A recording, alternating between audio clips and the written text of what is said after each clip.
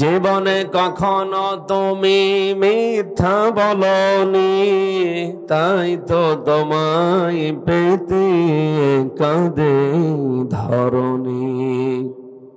তোমারই মতো নেতা পেলে গো ফুটত সুখেরি গোলাপ চামেলি বকুল। আলহামদুলিল্লাহ। বাংলাদেশের ঐতিহ্যবাহী জেলা নাটোর, এটা সদর থানার অন্তর্গত জাঠিয়ান দারুস সালাম হাফিজিয়া কওমি মাদ্রাসা। খাদিজাতুল কুবরার পুরা জীবনী পড়লাম। জীবনে এক ওয়াক্ত নামাজ পড়েননি, একটা রোজা রাখেননি, জীবনে একদিনের জন্য পর্দায় থাকেননি, জীবনে একটা হজও করেননি, একটা টাকা যাকাতও দেননি। কিন্তু তাকে আমার আল্লাহ নিজে সালাম পাঠিয়েছেন। এই একজন মাত্র মহিলা পৃথিবীতে যাকে আল্লাহ নিজে সালাম দিয়েছেন, আর নিজে জান্নাতে ঘর বানিয়ে তার জন্য সুসংবাদ পাঠিয়েছেন এই একটা মাত্র মহিলা। অথচ জীবনে কোনোদিন নামাজে এক ওয়াক্ত পড়েননি, একটা রোজা রাখেননি, জীবনে একদিনের জন্য পর্দায় ছিলেন না। কারণ কি? কারণ এগুলো সব নাজিল হয়েছিল তার ইন্তেকালের পরে। কথা বোঝে? এই বিধানগুলো সব নাজিল হয়েছিল তার ইন্তেকালের পরে, এজন্য উনি করতে পারেননি।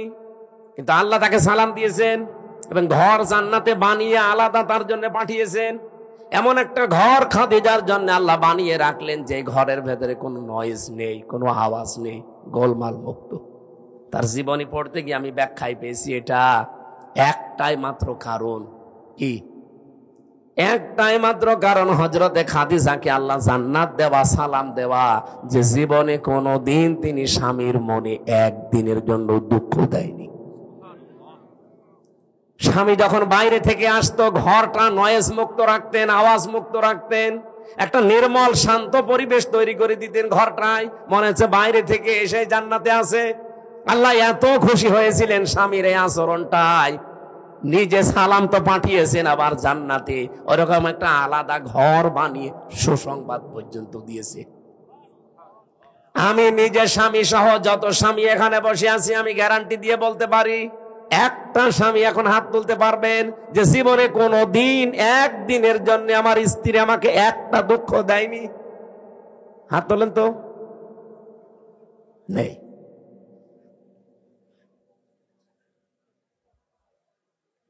নেই।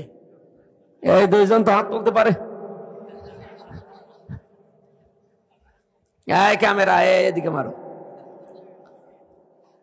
না, আমি হাসির জন্য বলি নাই, চিন্তা করে দেখেন আমিও হাত তুলতে পারলাম না, যদিও ম্যাডাম মনে হয় দেখছে, যা করে করুক গা, কপালে যা আছে হবে। কি আশ্চর্য!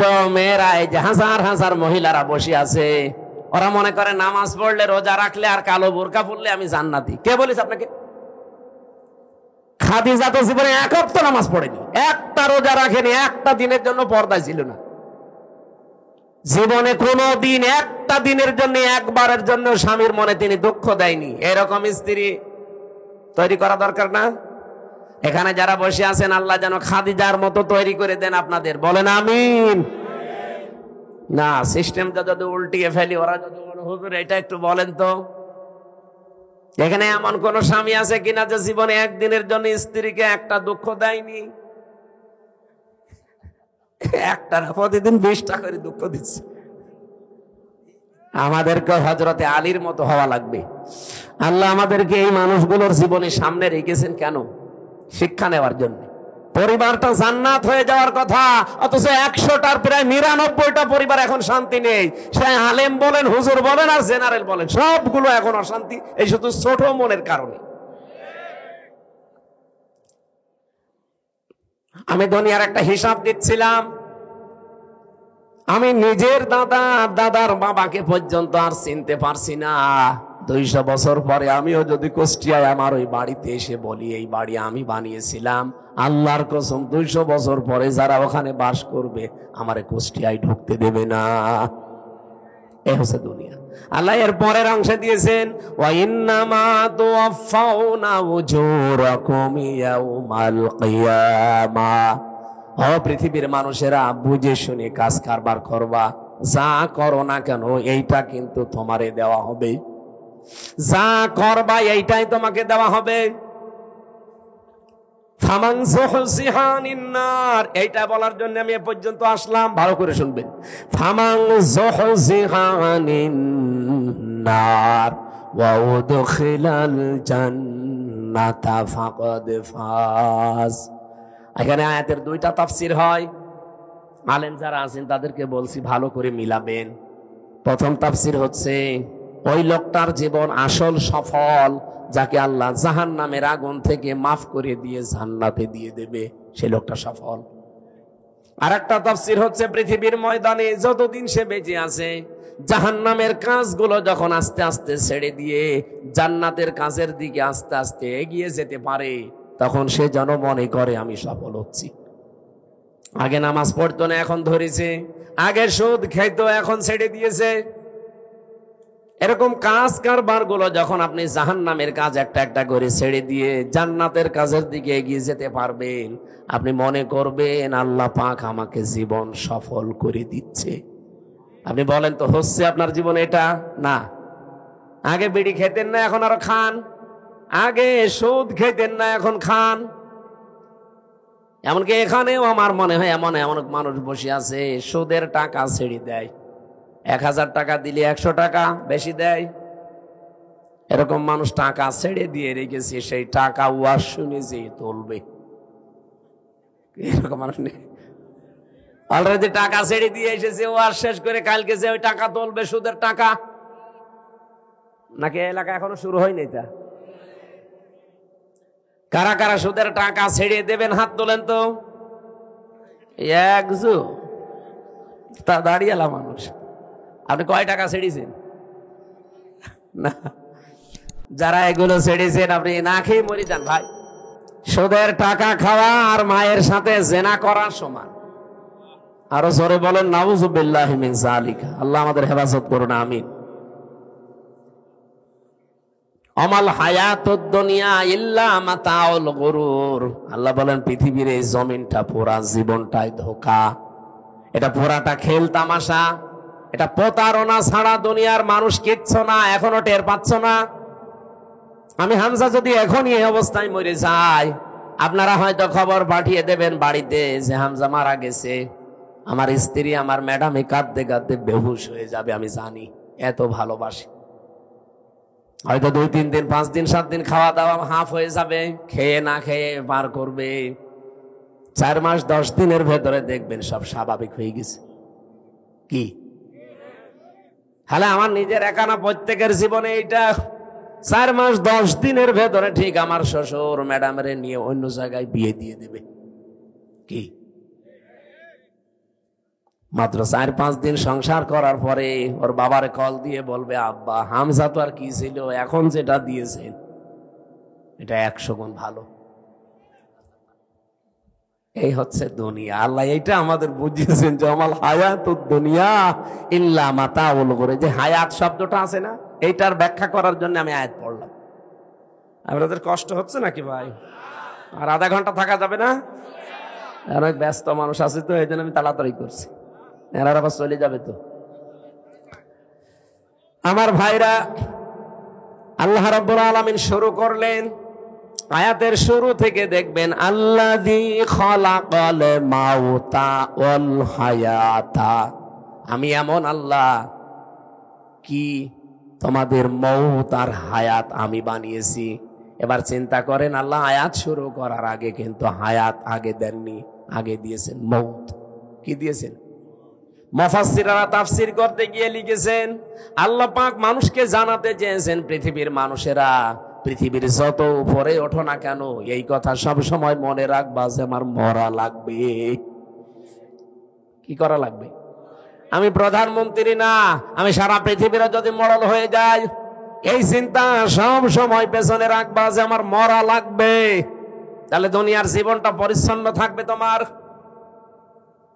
ছেড়েছে তাকে কিন্তু অফার দিয়েছিল আজরাইল এসে যে যতদিন থাকতে চান আপনি থাকতে পারবেন দুনিয়ার হায়াতে, এরপরে যখন আপনার ইচ্ছা হবে তখন আপনাকে আমি নিয়ে যাব। নবীজি জিজ্ঞাসা করলেন, ভাই আজরাইল যদি আমি সত্যি থাকতে চাই কতদিন?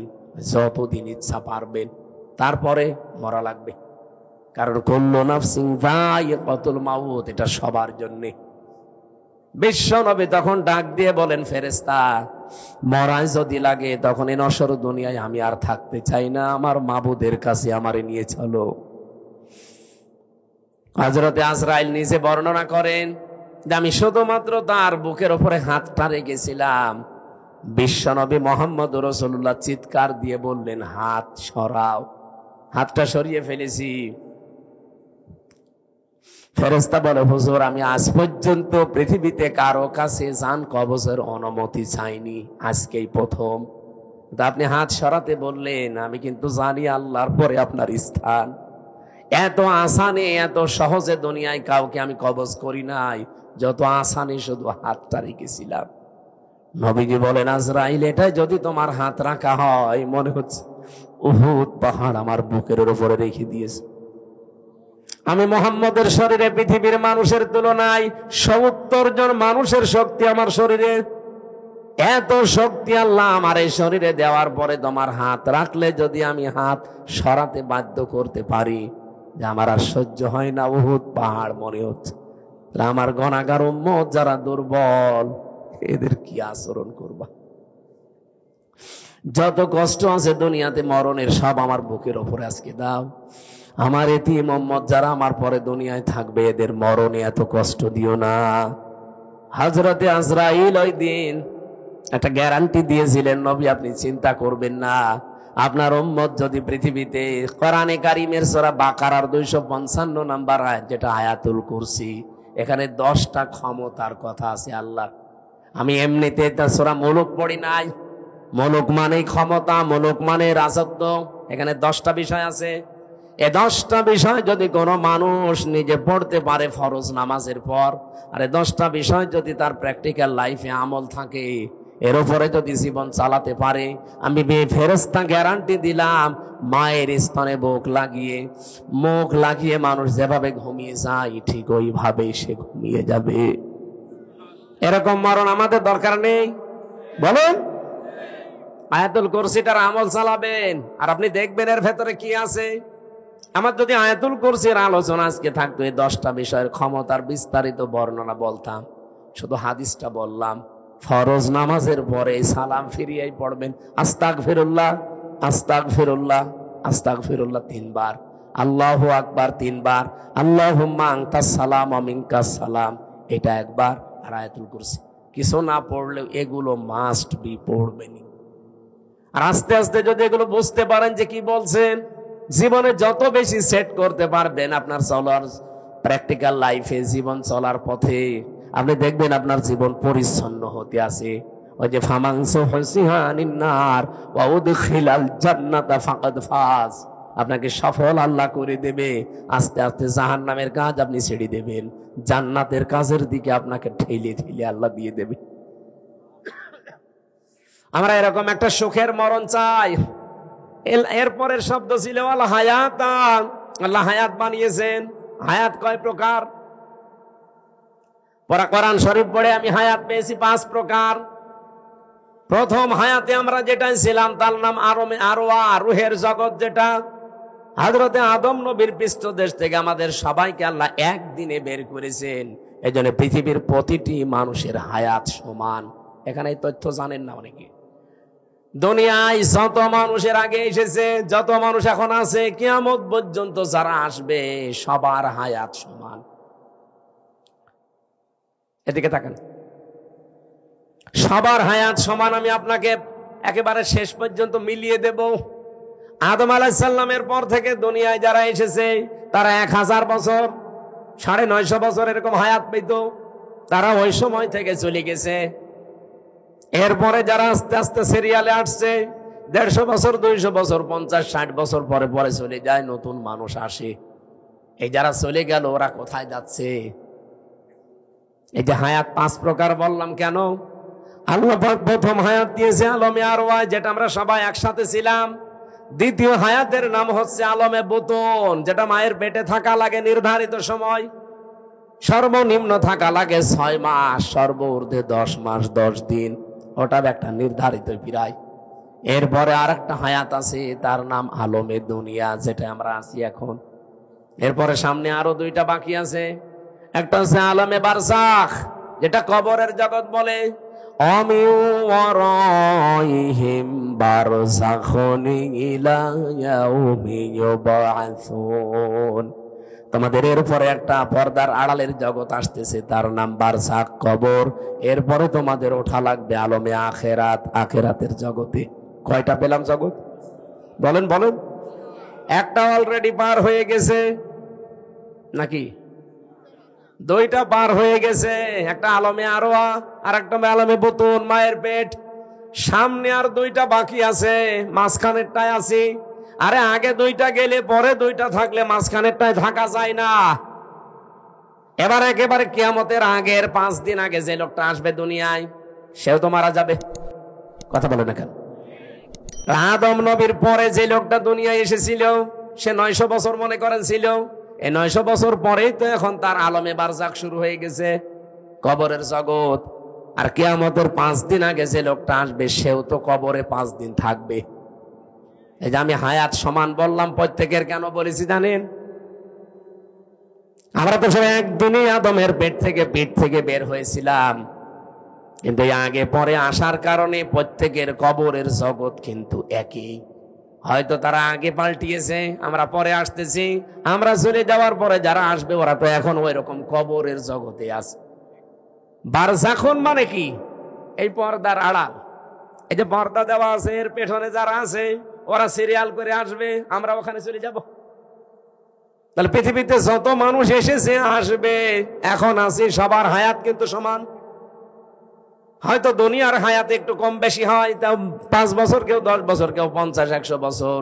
কিন্তু আলমে আখেরাতের যে জগৎ, বারজাখের জগৎ, আলমে যেটা ওই যে কি আরওয়ার জগৎ, রুহের জগৎ, এগুলো সবার জন্য সমান। এই 5টা হায়াত আল্লাহ আমাদেরকে দিয়ে বলেন কেন দিলাম? এই মাঝখানের হায়াতটা জানো, দুনিয়ার জগৎ যেটা, লিয়াবলুয়াকুম আইয়ুকুম আহসানু আমালা। আমি আল্লাহ দেখতে চাই তোমাদের ভেতরে এই ছোট্ট হায়াতে সবচাইতে ভালো কাজ কে করে আসতে পারো। আল্লাহ কি কাজ দেখতে চেয়েছেন? আল্লাহ আকসারু আমালা দেয়নি যে বেশি কাজ, না, আল্লাহ ভালো কাজ চাই। বিশ্বের অন্যান্য দেশে ঘুরলাম, তারা যতটুকু কাজ করে কাজটা ভালো করে, এজন্য টেকসই হয়। আমাদের দেশে কাজ বেশি হয়, কাজটা ভালো হয় না, এজন্য টেকসই হয় না। বঙ্গবন্ধু টানেলে এখনই পানি আরম্ভ হয়েছে। পরশু দিনও আমি আসলাম, চট্টগ্রামের বঙ্গবন্ধু টানেলের নিচ দিয়ে এখন পানি উঠতেছে বাম পাশ দিয়ে।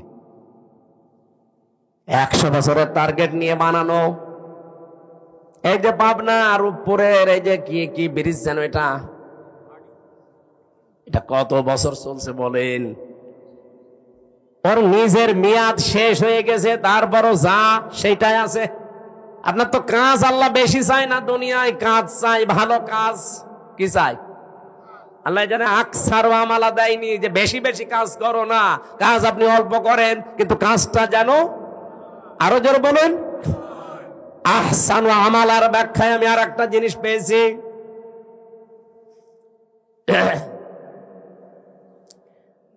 মরণের পরে যেহেতু একটা জিনিসের হিসাব আল্লাহ নিজে ধরবেন, তার নাম ওই যে মিজান। আমরা নাম শুনি যে মিজানের পাল্লায় আল্লাহ মাপ দিবেন। মিজানের পাল্লায় মাপবে না? কে মাপবে? আমল। বলেন বলেন। আমল মানে কাজ। কে বলেছে আমল মানে নাকি? নেকির আলাদা শব্দ আছে, আর সাওয়াবুন মানে নেকি, আর আমল মানে। কিয়ামতের ময়দানে তাহলে আমল মাপ দেবে। আমল মানে, আবার বলছি বাংলায়, বলেন বলেন, আর একবার বলেন ইংরেজিতে, ওয়ার্ক। খুব ভালো করে এই বিষয়টা নিজের সিরিয়ালে মিলাবেন, আপনার জীবন পাল্টিয়ে যাবে। আল্লাহ বেশি কাজ চাইনি, ভালো কাজ চেয়েছে। কেন? যেহেতু মরণের পরে আপনার কাজ মাপা হবে। আমার এবার প্রশ্ন এই দুইজনের কাছে, আর এখানে যারা আছে আলেমরা তাদের কাছে। সারা জীবনই শুনে আসলাম যে কিয়ামতের দিন আল্লাহ মাপ দেবে আমল, কাজ। আর কি দিয়ে মাপবে? মিজানের পাল্লা দিয়ে। মিজানের পাল্লা মানে দাড়ি পাল্লা। এটা শুনিনি? কিয়ামতে যে আল্লাহ মাপবে কিসের পাল্লায়? দাড়ি পাল্লায় মাপবে। কোরআন হাদিসে কোন জায়গায় পড়িয়েছেন যে দাড়ি পাল্লায় আল্লাহ মাপবে? আর আপনার কমন সেন্স নেই? এই যে এই স্টেজটা যদি এই ভাইকে বলি এটা একটু মেপে দেন, উনি দাড়ি পাল্লায় তুলে দেবে। এটা মাপার জন্য আলাদা একটা যন্ত্র আছে। কি দিয়ে মাপবে? ফিতা দিয়ে। কথা বলছেন না কেন? এই যে পানির বোতল দিয়েছিল, এখন যদি বলি ভাই পানিটা মেপে দেন, ফিতা দিয়ে মাপবে। কি দিয়ে? ওটা দাড়ি পাল্লা আছে, স্ক্যান আছে। আমার এখন শহর এসেছে, ওনারা যদি বলি ভাই মেপে দেন, পানির বোতল দিয়ে দেবে। কি দিয়ে? প্রত্যেকটা জিনিস দুনিয়াতে পরিমাপ করার যন্ত্র আছে। প্রতিটি জিনিস মাপ দেওয়ার আলাদা আলাদা যন্ত্র পাবেন, আর আলাদা আলাদা তাদের নামও আছে। এ পর্যন্ত বোঝেন কিনা? কিয়ামতের দিন যেহেতু আল্লাহ আমল মাপবে আমরা সবাই জানি, আর আমল মাপে দাড়ি পাল্লা দিয়ে যে 5 কেজি কাজ কোনোদিন 5 কেজি হয়? তাহলে কি মাপবে? যেহেতু আমল আল্লাহ মাপ দেবে, এটা দাড়ি পাল্লা দিয়ে কেউ আমল মাপে না, কোনো পাগলও মাপে না। আমল বা কাজ, ওয়ার্ক, এটা মাপতে হয়, পরিমাপ করার আলাদা যন্ত্র আছে, তার নাম গুরুত্ব। কাজ মাপতে হয় গুরুত্বের ভিত্তিতে।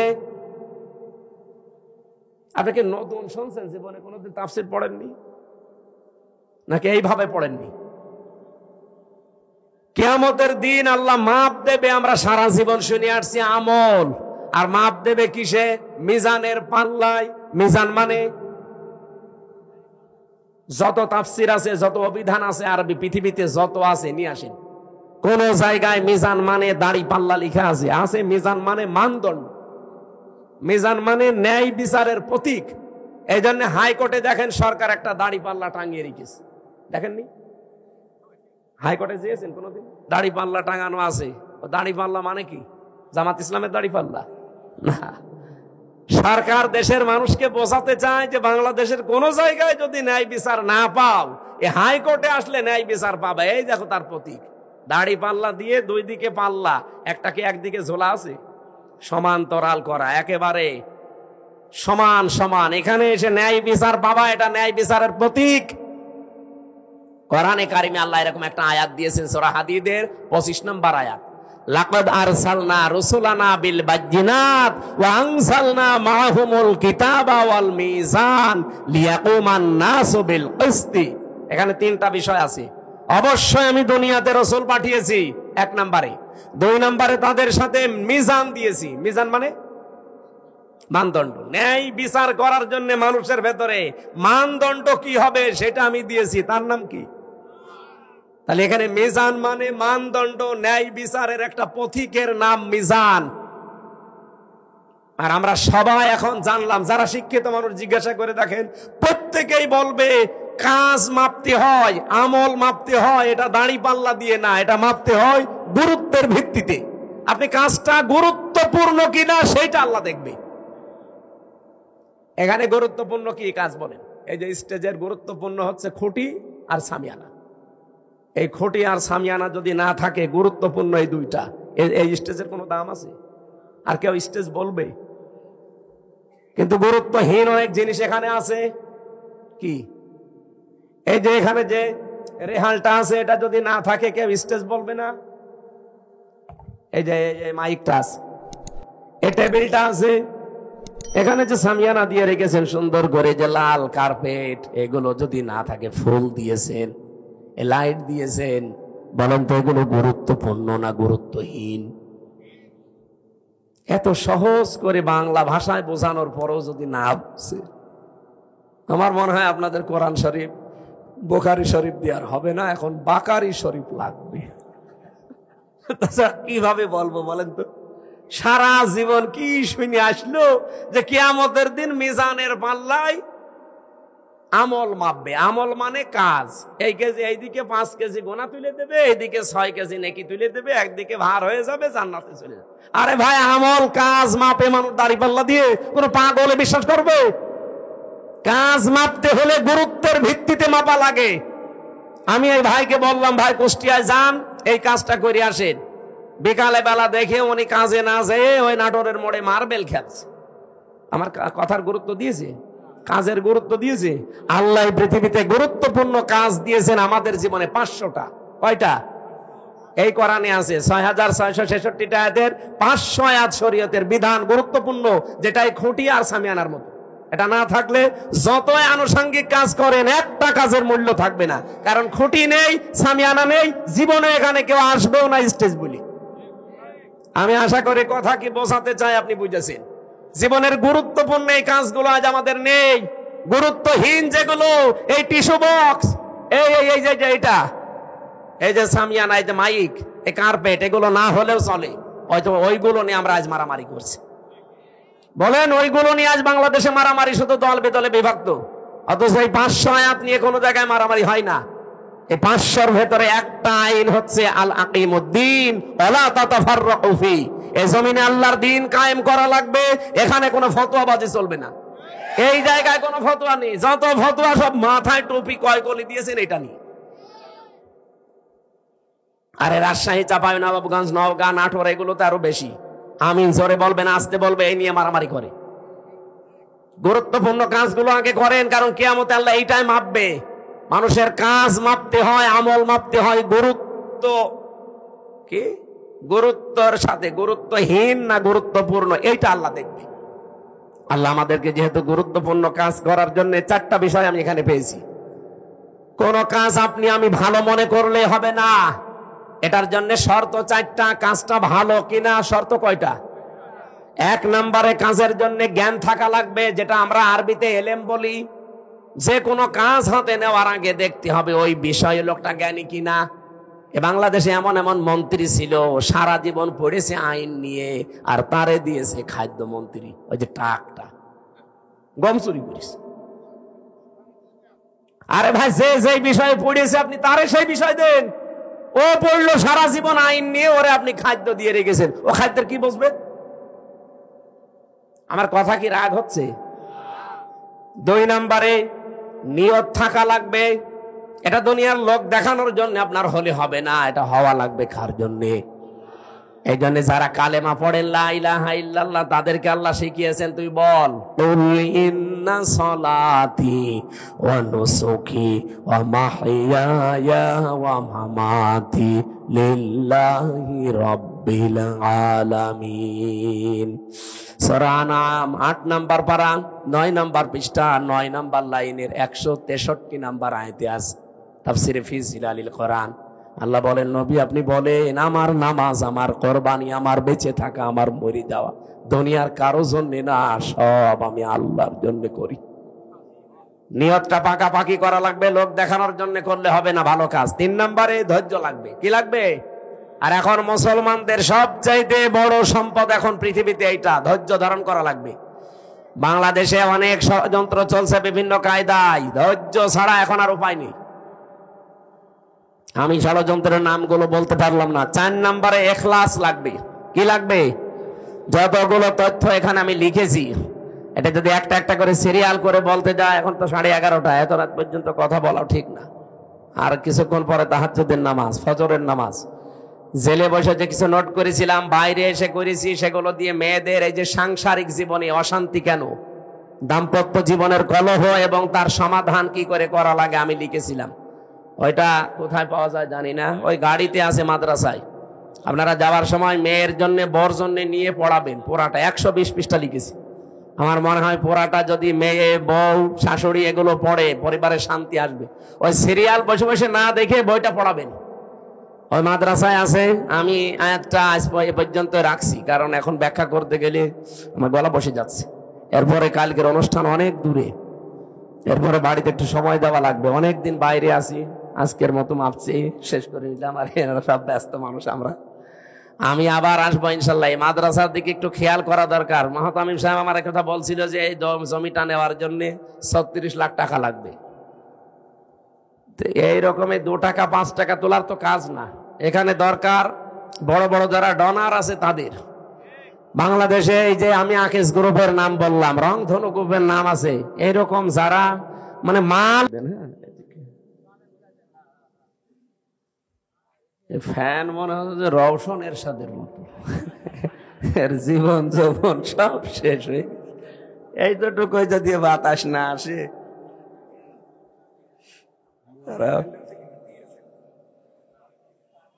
ঠিক আছে, প্রশ্ন যা দেবেন মোনাজাতের আগে দেবেন। যাদের আছে ভাই বোনেরা, যাদের প্রশ্ন আসে লিখে রাখবেন, মোনাজাতের আগে পাঠিয়ে দেবেন, আমরা কথা বলবো, ঘন্টাখানিক কথা বলবো ইনশাল্লাহ। থাকবেন না? ঘন্টাখানিক সময় দেন। যেহেতু তাফসীরুল কোরআন মাহফিল লিখেছেন, নির্ধারিত আয়াতের উপরে আমরা তাফসীরের মূল নীতি 15টা, যতটুকু পারি আমরা চেষ্টা চালাচ্ছি। কথা বন্ধ করে অ্যাক্টিভ হন এদিকে। সম্মানিত ভাইরা, আমরা কথা তুলছিলাম কি, পৃথিবীর ময়দানে আল্লাহ রাব্বুল আলামিন যত স্বৈরাচারের জীবনী আমি পড়েছি, এই মানুষগুলোর বড় ক্ষতি হচ্ছে, ঘৃণা তৈরি করে দেয় সৃষ্টি জগতের ভেতরে তার প্রতি। 2 নম্বরে ওর শেষ ঠিকানা, যেটা জীবনের শেষ দিন পর্যন্ত যখন ভালো হওয়ারও চেষ্টা করে, ওকে আল্লাহ আর ভালো করার রাস্তা রাখে। এই লোকটা সর্বশেষ বলেছিল যে আমি ঈমান আনলাম, এরপরও ফেরেশতারা আমার এভাবে পানিতে চুবায়। আল্লাহ রাব্বুল আলামিন ডাক দিয়ে বলেন, আল আন, এখন, আকাদ আসাইতা ক্বাবলু ওয়া কুনতা মিনাল মুফসিদিন, এর আগে তুমি বড় সন্ত্রাসী ছিলে, স্বৈরাচার ছিলে, ফ্যাসাদকারী ছিলে, জমিনে তোমার জন্য আমার বান্দা বান্দিরা আতঙ্কে ছিল। এখান থেকে আমি তাফসিরে ফি জিলালিল কোরআনে পড়েছি, পৃথিবীতে কোনো মানুষের কারণে যদি আল্লাহর সৃষ্টি জগৎ আতঙ্কিত হয়ে যায়, ওই লোকটাকে আল্লাহ সবচাইতে বেশি ঘৃণা করে। এটা 15.5 বছর এটা বেশি ছিল। এমন এমন মানুষ আমরা দেখেছি যাদের জন্য মানুষেরা আতঙ্কগ্রস্ত ছিল। কি, আমি তো নাটোরের খবর খুব বেশি জানি না, কিন্তু শিমুল সাহেবের জানি। ওনার নাম শুনলেই মানুষ আতঙ্কিত হয়ে যেত, কি জানি না, কিন্তু ভেতরে অবশ্যই এরকম কিছু আছে। দোলো সাহেবের মতো মানুষ তাই ওনার সাথে পেরিয়ে দেয়নি। আপনি চিন্তা করতে পারেন, দোলো বাংলাদেশে যদি 20 জন থাকে, তার ভেতরে একজন অন্তত, আর সে পর্যন্ত এর সাথে পারে না। তার মানে এই লোকটা কি আপনারা নিজেরাও ভালো জানেন। ইন্নামা নুমলি লাহুম লিয়াজদাদু ইসমা, মানুষ যখন পাপ করতে করতে সীমা ছাড়িয়ে যায়, আল্লাহ পাক বলেন ওয়ালাহুম আযাবুম মুহিন, তার জন্য অপমানজনক নেককার শাস্তি, নেককার অপমানজনক শাস্তি আমি একটার পর একটা রেডি করে রাখি। কোরআনের 2টা আয়াত আমার কয়েকদিন আগে আমার নজরে এসেছে, এর আগে আমি বহুবার পড়েছি, কিন্তু এইটা এইভাবে যে আছে আমি জানতাম না। বাংলাদেশ সহ বিশ্বের যতগুলো দেশে আমারে নিয়ে গেছে, আমি যেহেতু একটা বড় গ্রুপে ছিলাম, আকিস গ্রুপে,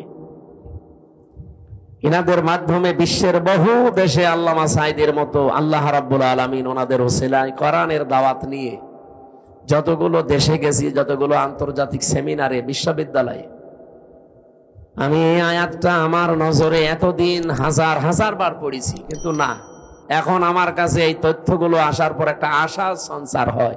সূরা আলাম নাসর 5 এবং 6 নম্বর আয়াত একটু ভালো করে শোনেন, দেখেন আপনার কাছে একটা অন্যরকম অনুভূতি আসবে। কোরআনের কথা কোনো মিথ্যা নেই, 100% সত্য, নাকি 98%? হ্যাঁ,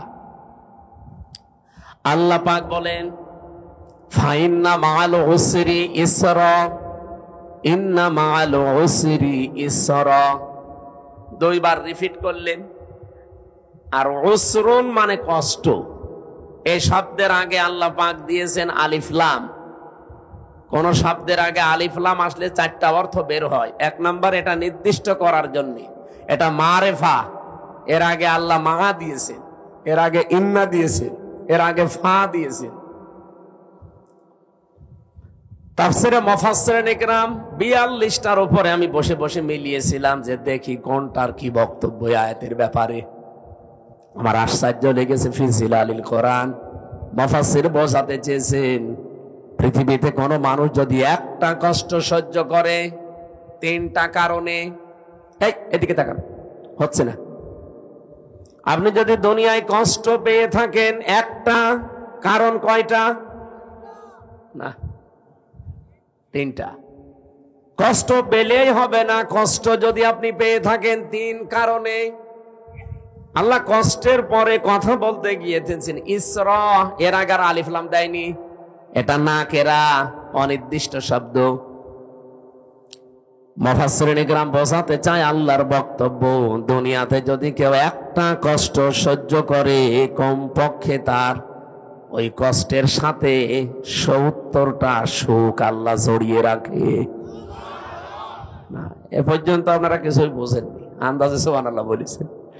এবার আমি ব্যাখ্যায় দেখছি, টিকায় পড়েছিলাম, একটা কষ্ট যদি কেউ সহ্য করতে পারে দুনিয়ার এই ময়দানে, কারণ কয়টা বললাম? বলেন বলেন। তিন কারণের বাইরে যদি কষ্ট পান, তার জন্য আপনার জন্য ৭০টা সুখ আল্লাহ রেডি করবে না? নেই। হাসিনাও কিন্তু কষ্ট পেয়েছিল, কিন্তু এই তিন কারণের বাইরে। এবার আসেন তো, এই তিন কারণের কষ্ট আমাদের জীবনে আছে কিনা। এক নম্বরে যদি আপনি কষ্ট পেয়ে থাকেন আল্লাহর জন্যে, ২ নম্বরে রাসূলুল্লাহর জন্যে, ৩ নম্বরে মানবতার জন্যে। কষ্ট কয়টা? তিনটা বলেন কেন? একটা। কারণ কয়টা? এই তিন কারণের ভেতরে যে কোনো এক কারণে যদি দুনিয়ায় কেউ একটা কষ্ট পেয়ে থাকে, আল্লাহ যেহেতু মার পরে আলিফ লাম দিয়ে নির্দিষ্ট করে দিয়েছেন কষ্ট একটা, কিন্তু ইসরাটা নির্দিষ্ট নেই। কমপক্ষে ১০ থেকে ৭০টা পর্যন্ত সুখ, শান্তি, কল্যাণ দুনিয়া আখিরাত মিলে আল্লাহ তার সাথে জড়িয়ে রাখবে। আর ১৫.৫ বছরে আমরা যেন সত্যি কষ্ট পেয়েছি, কেউ আল্লাহর জন্যে, কেউ রাসূলুল্লাহর জন্যে, কেউ মানবতার জন্যে। এই কথা বললেন না? অবশ্যই এই তিন কারণের বাইরে অনেকে কষ্ট পেয়েছে, তাদেরটা আমি তাফসিরে পড়ি নাই, এজন্য বাদ। এই তিন কারণের যে কোনো একটা কারণে যদি আপনি কষ্ট পেয়ে থাকেন, আল্লাহর কসম, কোরআনের আয়াত, আল্লাহ গ্যারান্টি দিয়েছেন মাআল উসরি ইসরা, অবশ্যই দুনিয়া আখিরাত মিলে আপনাকে ৭০টা সুখ, শান্তি ভোগ করাবে। শুধু করাবে না, শেষে হর্ষাই আছে, করাবেই। এবার যেহেতু আয়াতটা রিপিট করেছেন আল্লাহ, সিস্টেম অপর পৃষ্ঠায় দেখুন, আল্লাহ পাক বলেন দুনিয়াতে কেউ যদি একটা সুখ পায়, আর ওই সুখটা যদি অবৈধ হয়, আবার বলছি, আপনি যদি একটা সুখ ভোগ করেন দুনিয়ায়, আর সুখটা যদি হয় অবৈধ, একটা সুখের কারণে কমপক্ষে ৭০টা দুঃখ, যন্ত্রণা, কষ্ট, অকল্যাণ আপনার সাথে আল্লাহ জড়িয়ে রাখবে। এবার আমি একটা একটা করে উদাহরণ বলছি। এ পৃথিবীতে অনেকেই কিন্তু সুখ পেয়েছে, অবৈধ সুখ, যেমন এই যে পরকীয়া প্রেম করে সুখ পায় না, না এই এলাকায় সব নেই? যারা পরকীয়া প্রেমে লিপ্ত আছেন, আপনিও সুখ পেয়েছেন, শান্তি পেয়েছেন, কিন্তু এটা কি বৈধ না অবৈধ? বলেন বলেন। এরকম অবৈধ সুখ একটা যদি ভোগ করে থাকেন, আপনাকে আল্লাহ কষ্ট দেবে, দুঃখ দেবে কয়টা? ৭০টা। আপনি আপনার মিলান, 15.5 বছরে যারা ক্ষমতায় ছিল, বৈধ ভাবে না অবৈধ? তাহলে সুখ তারা পায়নি? বলেন বলেন। যত সুখ পেয়েছে সব বৈধ সুখ না অবৈধ? আপনি এবার হাসিনা থেকে শুরু করে যারা ছিল বলেন, এই 15.5 বছরে যদি অন্তত 50টা সুখ পেয়ে থাকে, আমি কি সুখের নামগুলো বলবো? আরে সুখের নাম বলার দরকার কি? আপনি তো সুখ পেয়েছেন, বাবা শাহজালাল সব হালাল করে নিয়েছিলেন। যেটা আপনার না, জোর করে সেটা আপনি দখল করে নিয়েছিলেন। নবীজির হাদিস আমি পড়েছিলাম প্রথমে, এটা হযরতে আবু যর থেকে বর্ণিত। বিশ্ব নবী বলেন, মানিদ্দাআ মা লাইসা লাহু ফালাইসা মিন্না ওয়ালিয়াতাবাওয়া মাকআদাহু মিনান নার। মুসলিম শরীফের হাদিস। এদিকে তাকান। এক নম্বরে নবীজি বলেন, দুনিয়ার এই ময়দানে যেটা তোমার না, জোর করে যদি ওটা কেউ জোর জবরদস্তি করে দখল করে নেয়, দুইটা শাস্তি তার জীবনে মাস্ট বি হবে। এক নম্বরে ওই দিন থেকে ফালাইসা মিন্না, ও আমার উম্মত থেকে বের হয়ে গেছে। দুই নম্বরে ওয়ালিয়াতাবাওয়া মাকআদাহু মিনান নার। আল্লাহ পাক বলেন, নবীজি বলেন, এটা মুসলিম শরীফ যেহেতু নবীজির কথা, ও নিজের জায়গা যেন জাহান্নামে একটা লিখে বরাদ্দ করে রেখে দিয়েছে। হ্যাঁ, এখানে হাদিসের ব্যাখ্যায় মুহাদ্দিস যারা, তারা ব্যাখ্যা করতে গিয়ে দিয়েছেন যে জিনিস আপনার না, ওইটা যদি আপনি আবার নিয়ে নেন, আপনার জন্য এই দুইটা শাস্তি। কিন্তু আপনার জিনিস যদি কেউ দখলে রাখে, ওইটা যদি আপনি ফেরত নেন, এটার জন্য আপনার ওই দুইটা শাস্তি নেই। বোঝেননি? আমি জানি না। আপনার যে জিনিস দখল করে নিয়েছে একজন, আপনি যদি এখন কিছু পেয়ে ওইটা আবার নিজের আয়ত্তে নিয়ে নেন, আপনার জন্য হাদিসে বর্ণিত ওই দুইটা শাস্তির একটাও হবে না। কিন্তু যে জিনিস আপনার না, জোর করে যদি আপনি নিজের দখলে দুনিয়ায় নিয়ে নেন, আপনি ওই দিন থেকে নবীর উম্মতের বাইরে চলে গেছেন।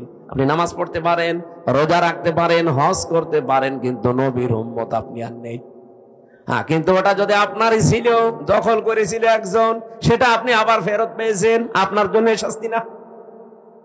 এই বাংলাদেশে অনেকের নামে আমরা দেখি, খালি চাঁদাবাজির কথা শুনলে, একজনের জিনিস নিয়ে নিয়ে, এটা শুনলে খালি এক দলের প্রতি আর এক দলের প্রতি এই যে কাদা ছোড়াছড়ি চলছে। আরে ভাই, আপনাকে আগে বাস্তবতা বোঝা লাগবে। যেই লোকটার কাছ থেকে 15.5 বছরে আপনি কত কিছু নিয়েছেন, নিজের বিবেককে জিজ্ঞাসা করেন। এই মানুষগুলো যদি এখন সেগুলো ফেরত পায়, ফেরত নিয়ে নেয়, সে তো আর জোর জবরদস্তি করে নেয়নি, তার নিজের জিনিস সে নিয়েছে। এরকম কিছু যদি হয়ে থাকে, তাহলে হাদিসের এই দুইটা শাস্তি তার জন্য না। আমি আবার বলছি, আমি নিজে একজন ভিকটিম। এই 15.5 বছরের ভেতরে, বিশেষ করে 3 বছর জেলে থাকাকালীন, আমার বাবার বৈধ সম্পদ, এবং আমি চাকরি করতাম আকিস গ্রুপে, খতিব ছিলাম, সেখান থেকে তারা অবৈধভাবে বহু টাকা এমনিতেই নিয়েছিল। নাকি আমার কাছে টাকা পাইতো? বলেন। আমার ধরার পরে বলেছিল 50টা মামলা দেব, এক্ষুনি 10 লাখ টাকা দেওয়া লাগবে। বাবা তো গ্রাম্য মানুষ, জমি জায়গা বিক্রি করে যা তা করে ওরে 8 লাখ সঙ্গে সঙ্গে দিয়েছিল। ও শয়তান, তারপরও আর একটা মামলা দিয়েছে। এভাবে খেপে খেপে বাবার কাছ থেকে প্রায় 32 লাখ টাকা নিয়েছে। আকিস গ্রুপের কাছেও নিয়েছে প্রায় 30-32 লাখ। 3 বছরে বলেন তো, এত টাকা যারা নিল, ওই টাকার মালিক তো তারাই, আর ওগুলো বৈধ মালিক। এখন যদি ওই টাকাগুলো আমি ফেরত চাই, আমার অন্যায় হবে, কারণ জিনিস তো আমারই। আপনি তো জোর করে জবরদস্তি করে উল্টাপাল্টা মামলা দিয়ে টাকাগুলো নিলেন। এখন আপনার বিরুদ্ধে মামলা দিলে ওই টাকা যদি সরকার আমারে ফেরত দেয়, আমার দোষ কিসের? আমার জিনিস আমি ফেরত পেয়েছি।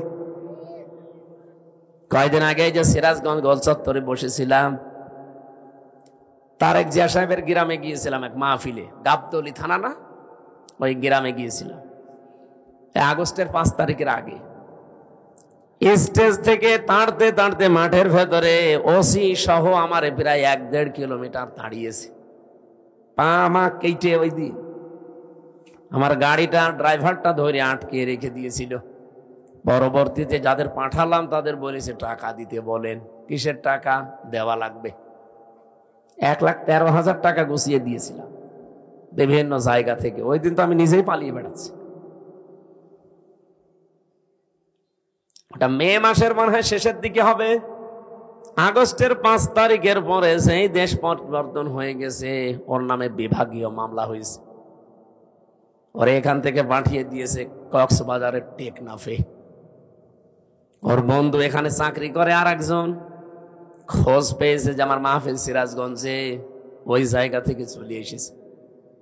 এসে আমি চা খাচ্ছিলাম, হঠাৎ করে এসে বলছো, হুজুর আসসালামু আলাইকুম, আমারে মাফ করে দেন। কে আপনি?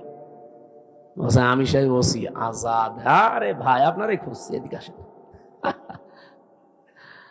আপনারাই খুঁজতেছি।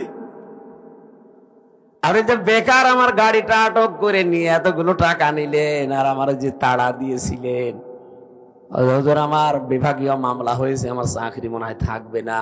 আমারে দিয়েছে সেই বান্ধ কি কক্সবাজারের টেকনাফে। আমি অনেক কষ্ট করে এসেছি আমার এই বন্ধুর মাধ্যমে খোঁজ নিয়ে, আপনি আমারে মাফ করে দিয়েন।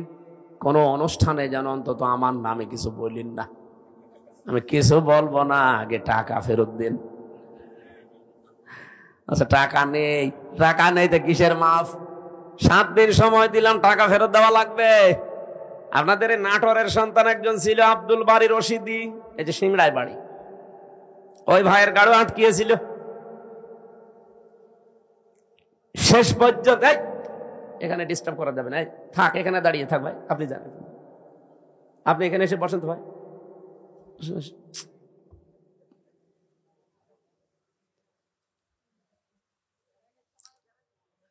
কথা বলা যাবে না ভাই। ওনারে যেই বলেছি ভাই 7 দিন সময় দিলাম, টাকা ফেরত দেওয়া লাগবে, নয়তো কিন্তু আমি এখন যে ডিএমপি কমিশনার আছে সাজ্জাদ হোসেন, আমি কিন্তু জায়গা মতো বলবো, আত্মীয় আমার, হুজুর টাকা দিয়ে দেব। 7 দিন পরে 1 লাখ টাকা ফেরত দিয়েছে। বাংলাদেশের মনে হয় এটাই প্রথম ইতিহাস যে পুলিশ টাকা ফেরত দেয়। আমি তো এর আগে পুলিশ টাকা ফেরত দেয় শুনিও নি, দেখিও নি, তা আমি অলরেডি পেয়েছি। আর 13,000 হুজুর এটা মাফ করাই লাগবে, যা তোর মিষ্টি খেতে দিলাম। ওই যে পুলিশ দাঁড়িয়ে আছে। পুলিশ কারো কাছ থেকে টাকা নিলে ফেরত দেয়, এটা প্রথম ইতিহাস। এখন ওই টাকা যে ফেরত দিল, আমি কি জোর করে নিয়েছি নাকি আমার টাকা আমি নিয়েছি বলেন? তো এইরকম করে যারা এই 15.5 বছরে বহু টাকা বিভিন্ন জায়গায় দখল করে নিয়েছিলেন, ওই টাকা এখন আমাদের ফেরত দেন। আমি আশা করছি কি বোঝাতে চাই আপনি বুঝেছেন।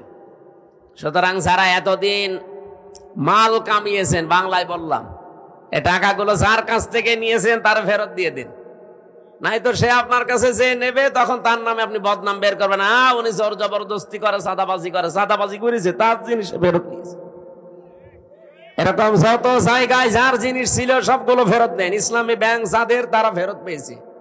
আরো কিছু আছে, আমরা চাই সবগুলো তার ফেরত দিয়ে দেন, নিজে দুনিয়া থেকে মুক্ত হন।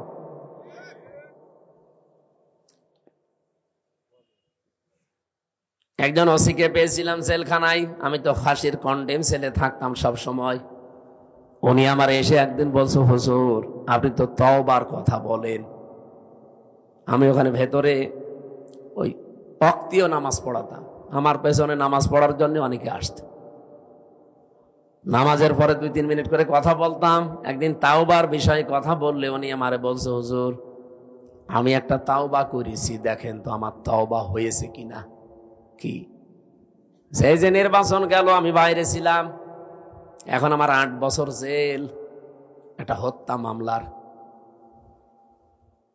আমি ওই সময় রাত 12টার পর থেকে আমার লোকজন নিয়ে ভোট কাটা আরম্ভ করেছিলাম। ফজরের আজান পর্যন্ত কাজ কাম করে সব জায়গা মতো পাঠিয়ে দিয়েছি। এরপরে গোসল করার পরে ওযু করে 2 রাকাত তাওবার নামাজ পড়ে বললাম, আস্তাগফিরুল্লাহ। আমার এই তাওবা কি হয়েছে?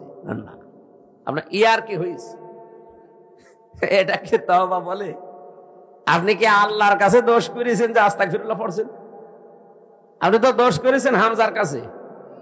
একটা এমপি বানাতে 3.5 লাখ 4 লাখ হামজা লাগে, হামজার বউ লাগে। কথা বলছেন না কেন? আপনি তাদেরটা নিজে সব একা দিয়ে দিলেন, আর এখন বলছেন আস্তাগফিরুল্লাহ। আপনার মাফ হতে পারে, তাওবা কবুল হতে পারে যদি বের হওয়ার পর ওই 3.5 লাখ 4 লাখ হামজার বর কাছে যে বলবেন যে এই ভুল করে ফেলেছিলাম, আমারে মাফ করে দিন। তারা মন থেকে যদি বলে ঠিক আছে মাফ করে দিলাম, আপনি মাফ পাবেন। আর তারা যদি বলে না কিসের মাপ, আপনাকে আমরা থাপড়াবো, প্রত্যেকে একটা করে থাপ্পড় দেবো, তাই খাবেন। কি কথা বলছেন কেন? দুনিয়ায় বিচার যদি না হয়, কিয়ামতের দিন আল্লাহ নিজে বিচার করবে। কারণ আপনি যারা আল্লাহর হক নষ্ট করেননি, হক নষ্ট করেছেন, হক বলে বান্দার হক। কিন্তু আপনার জন্য আমার আফসোস, আপনি হয়তো 8 বছর জেল খাটার পরে বের হয়ে যাবেন, বের হয়ে দেখবেন অনেক হামজা দুনিয়া থেকে মারা গেছে। কি? অনেক হামজার বউ দুনিয়ায় নেই, তারাও মারা গেছে। আপনি তাদের কাছে মাফ চাবেন কি করে? এটা আপনার জন্য সবচাইতে বড় ভয়ঙ্কর বিষয়। 15.5 বছরে যারা অবৈধ সুখ পেয়েছেন, একটা আপনার জন্য 70টা অপমান অপেক্ষা করছে। এই কথা বলে থাকেন, আমি এটা বানিয়ে বলছি। সূরা আলাম নাসরা 5 এবং 6 নম্বর আয়াত বাড়িতে মিলিয়ে দেখবেন এই কথাগুলো আছে। দুনিয়াতে যদি কেউ অবৈধ একটা সুখ ভোগ করে থাকেন, মাস্ট বি তার জীবনে কমপক্ষে 70টা অকল্যাণ, দুঃখ, কষ্ট আমার আল্লাহ এর সাথে সাথে রেডি করে রেখেছেন। এই জন্য আল্লাহ মার পরেই দিয়েছেন উসর। আল্লাহ মাটা না দিলে অর্থ হয়ে যেত ইন্নাল উসরি ইসরা, অর্থ হয়ে যেত। কেন আল্লাহ ইন্নার পরে মা দিলেন? আমি চিন্তা ভাবনা করে কোরআন পড়ি, আন্দাজে কোনো বিষয় আমার ভেতরে যায় না, আমি পড়িও না ওইভাবে যে আমি পড়িয়েই যাব, আন্দাজে না, যে কোনো শব্দ নিয়ে আমি চেষ্টা করি এর একেবারে নিচে যাওয়ার। আমার এই ছোট্ট মাথার ভেতরে এখন এই গবেষণাটা এসেছে, দুনিয়ায় যদি কেউ একটা অবৈধ সুখ ভোগ করে থাকেন, আল্লাহ পাক দুনিয়া আখিরাত মিলে আপনাকে অপমান করবে কমপক্ষে 70টা। এতদিন ছাড়া এগুলো ভোগ করেছেন, বলেন তো এই 15.5 বছরে যদি 50টা সুখ ভোগ করে থাকেন, তাহলে এক একটা 70টা হলে 50টা সুখ ভোগ করলে কতগুলো অপমান? হ্যাঁ, 350, 3,500,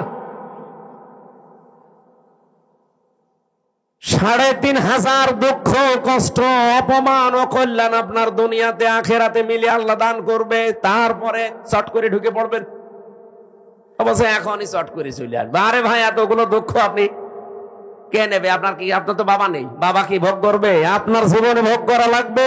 এক একটা সুখ ভোগ করার কারণে কি সুখে ছিলেন এবার নিজে মিলান। 15.5 বছরে যারা সুখ পেয়েছেন, একটা অবৈধ সুখের কারণে 70টা করে কষ্ট আপনার পেছনে লেগে আছে। এই জন্য মা আছে, যারা আরবি গ্রামার বোঝো যে জিজ্ঞাসা করেন। আমি আবার বলছি, দুনিয়াতে সত্যি যদি আমরা কেউ আল্লাহর জন্য কষ্ট পেয়ে থাকি, মানবতার জন্য কষ্ট পেয়ে থাকি, রাসূলুল্লাহর জন্য কষ্ট পেয়ে থাকি, একটা কষ্টের জন্য কমপক্ষে দুনিয়া আখিরাতে 70টা সুখ আল্লাহ রেডি করে রেখেছেন। এই জন্য আমরা আশায় বুক বাঁধি, যত কষ্ট এই দেশের মানুষেরা আল্লাহর জন্য, রাসূলুল্লাহর জন্য, ইসলামের জন্য, মানবতার জন্য সহ্য করেছি, আগামীর এই দেশ আমার আল্লাহ অবশ্যই অবশ্যই কোরআনের হাতে দেবেন। কোরআনে কারিম দিয়ে যদি এই দেশটা চলে, এর ভেতরে 500 আয়াত আছে শরীয়তের বিধান, 6,666টা আয়াতের মাত্র এই 500 বিধান যদি দেশে রাষ্ট্রীয় ভাবে কায়েম হয়ে যায়, আপনি দেখবেন এই দেশটা একটা মিনি জান্নাত হয়ে গেছে। আরে মরণের পরে জান্নাত পাওয়া যাবে সেটা তো অনেক পরে। প্রতিদিন যে দোয়া করেন, রব্বানা আতিনা ফিদ দুনিয়া হাসানা ওয়া ফিল আখিরাতি হাসানা ওয়া কিনা আযাবান্নার, আল্লাহ দুনিয়া দাও আগে, এরপরে আখিরাত দিও। কেউ কি আগে বলে আখিরাত দিও তারপরে দুনিয়া দিও? বলে কেউ? কেউ বলে না। আর আল্লাহ এভাবে শেখানো নি, উনি শিখিয়েছেন ধারাবাহিক। কাবা শরীফে গিয়ে দেখলাম রকনি ইয়ামিনি থেকে শুরু করে হজরে আসওয়াদ, এই জায়গাটা লক্ষ লক্ষ হাজিরা যাবার সময় এই আয়াতটা পড়ছে, রব্বানা ফিদ দুনিয়া হাসানা ওয়া ফিল আখিরাতি হাসানা ওয়া কিনা আযাবান্নার। বলেন আমিন। দুনিয়ায় আগে শান্তি দরকার। দুনিয়ায় শান্তি, স্বস্তি, নিরাপত্তা যদি সত্যি আমরা পেতে চাই, এইটার বিকল্প দুনিয়ায় কিচ্ছু নেই। কারণ বহু মানুষ চেষ্টা করেছে এর আগে এটা বাদ দিয়ে, শান্তি দিতে পারে নাই। আপনি তাকান এই পৃথিবীর দিকে, কত মানুষ শান্তি দেওয়ার জন্য চেষ্টা চালিয়েছে, কিন্তু কাঙ্ক্ষিত মানের শান্তি দিতে পারে নাই। উন্নত দেশগুলোতে আপনি মনে করেন খুব শান্তিতে আছে, কোরআনের আইন বাদ দিয়ে না। আমি বাইরের দেশগুলোতে, আমাদের নরসিংদীর বাবুরহাটের মতো শান্তি পাইনি। রাত 8টা, 8:30টার পরে বড় বড় মার্কেট গুলো, শপিং মল সব বন্ধ করে দেয়, কারণ নিরাপত্তা দেবার মতো তাদের হাতে কোনো মাল ম্যাটারেস নেই। এত পাহারাদার, এত উন্নত প্রযুক্তি, এইটা যদি থাকে, তারপরও তো বাংলাদেশে এটা এখন নেই। আপনি নরসিংদী বাবুরহাটে রাত 12টা 1টা 2টা নেই, দেখেন মানুষ কিভাবে ব্যবসা করছে। হযরত ওমর জানিয়েছিলেন কোরআনের 500 আইন যদি পৃথিবীতে কায়েম হয়ে যায়, হাজরে আসওয়াদ থেকে হাজরা মাউত পর্যন্ত, সানাই থেকে হাজরা মাউত, এ বিশাল রাস্তা, একজন সওদাগার লক্ষ লক্ষ টাকার মালামাল নিয়ে চলতে থাকবে, একজন যুবতী মেয়ে পোড়া শরীরে গহনা গাঁটি নিয়ে চলতে থাকবে, ওর মনের ভেতরে একটা ভয় কাজ করবে না, শুধু আল্লাহর ভয় বাদে অন্য কারো। আমরা তো ওই রকম পরিবার চাই, ওই রকম সমাজ চাই, ওই রকম দেশ চাই। টেকনাফ থেকে তেতুলিয়া পর্যন্ত একজন মানুষ লক্ষ লক্ষ টাকা নিয়ে আসবে, ওর মনের ভেতরে ছিনতাইয়ের ভয় থাকবে না, চুরির ভয় থাকবে না, কোন ডাকাতির ভয় থাকবে না, একটা ভয় থাকবে কার? বলেন বলেন। মিনি জান্নাত হয়ে যাবে দেশটা। ওই দৃশ্যটা আমরা চোখে দেখতে চাই। জীবনে প্রতিদিন আমার মনে হয় এই দোয়াটা আমি অন্তত যে কোনো একবার করি, আল্লাহ পৃথিবীতে কিছুই যদি তোমার কাছে কবুল না হয়, 3টা বছর বিনা কারণে জালেমদের জিন্দানখানায় বন্দী ছিলাম, কষ্ট তো কম বেশি পেয়েছি, ওরা আর আমাদেরকে আরো বেশি কষ্ট দিয়েছে। আমি তারেক জিয়া সাহেবের পিএস জনাব মিয়া নুরউদ্দিন অপু ভাই, ওনার বন্ধু গিয়াসউদ্দিন মামুন ভাই, এই 2 জনের সাথে আর আল্লামা মামুনুল হক, এই 4 জন আমরা পাশাপাশি ছিলাম 3 বছরে। মিয়া নুরউদ্দিন অপু ভাই আর মামুনুল হক, এই 2 জনের যে স্যাক্রিফাইস আমার প্রতি আমি জীবনও ভুলতে পারবো না। এই জন্য যেখানে যাই আমি অপু ভাইয়ের জন্য, মামুন ভাইয়ের জন্য, মামুনুল হকের জন্য আগে দোয়া করে নেই, আল্লাহ পাক দুনিয়া আখিরাতে তাদের যেন উত্তম পুরস্কার দান করেন। বহু কষ্ট পেয়েছে লোকগুলো বিনা কারণে, বিশেষ করে অপু ভাইয়ের মতো মানুষ। এখন পরিবর্তন হয়ে গেছে যতটুকুই, কি কষ্ট দিত এই মানুষগুলো। 24 ঘন্টা সিসি ক্যামেরা লাগিয়ে, 2 জন পাহারাদার আমাদের 4 জনের জন্য আলাদা বসানো, 24 ঘন্টা তালা লাগানো, ফাঁসির কন্ডেম ছেলে। মনে হচ্ছে আমরা কি করেছি। খালি ওনাদের তারেক জিয়ার সাথে সম্পর্ক আর আমাদের ইসলামের সাথে সম্পর্ক, এই তাছাড়া আমার কি দোষ পেয়েছিল বলে? আমারে মামলা দিয়েছে, আমি নাকি আনসারুল্লাহ বাংলা টিমের প্রধান, কি অসাতা আমি জানি। সেই ভুয়া মামলা দিয়ে 3 বছর রেখে দিই। আরে জেলে দিলেও তো থাকা যায়, নাটোরে তো জেলখানা, জেলা কারাগার গুলোতে থাকা আর বাড়িতে থাকা প্রায় সমান। কিন্তু আমাদের হয়ে গেছিল হাই সিকিউরিটি জেলে, ফাঁসির সেল, কন্ডেম সেল, ওর ভেতরে আবার 24 ঘন্টা তালা লাগানো। কিছু পড়তেও দিত না। একবার এক কারারক্ষী দেবদুলাল বললাম যে স্যার একটা বই নিয়ে এসে দিতে পারেন না? হুজুর আমার সুন্দর সুন্দর বই আছে, একটা নিয়ে দেব। এসে দেখি দিয়েছে বঙ্গবন্ধুর আত্মজীবনী। এটা পড়ে করবো কি? না, অনেক জ্ঞান আছে এর ভেতরে। পড়েছিলাম, ওরাটা কি করবো, কোনো বই নেই তো, সারাদিন সারা রাত ওই বই। কয়েকদিন পরে থেকে আবার দায়িত্বে এসেছে, বললাম যে ওই বই শেষ হয়ে গেছে, আর একটা ভালো বই নিয়ে এসে দেন। এবার নিয়ে এসে বঙ্গবন্ধুর ছেলেবেলা। আপনি আর বই পান না? ওখানে বঙ্গবন্ধু কর্নারে শুধু এই বই আছে। পরের দিন আর একটা বই দিল, বঙ্গবন্ধুর চীন সফর। রাগ করে বললাম আপনি আর কোনো বই নিয়ে আসবেন, আপনি যদি পারেন, হিন্দু মানুষ তো আপনার কাছে তো বলে লাভ নেই, কোন মুসলমান কারারক্ষী অন্তত দায়িত্বে আসবে। আশরাফুল বলে একজন আসলো, ওর এখানে নাম লিখা, মনে করলাম যাক, এরা আর কিছু না, হালকা পাতলা ইমান তো আছে। বললাম যে ভাই আপনি একটু তাফসীর নিয়ে এসে দেন তো। সারাদিন এই বসে থাকা, 24 ঘন্টা তালা লাগানো, আপনি তো সূর্যের আলো নিতে দেন না। আল্লাহর ইশারা 2টা তাফসীর নিয়ে এসেছে দেখি, ফি জিলালিল কোরআন আর তাফহিমুল কোরআন।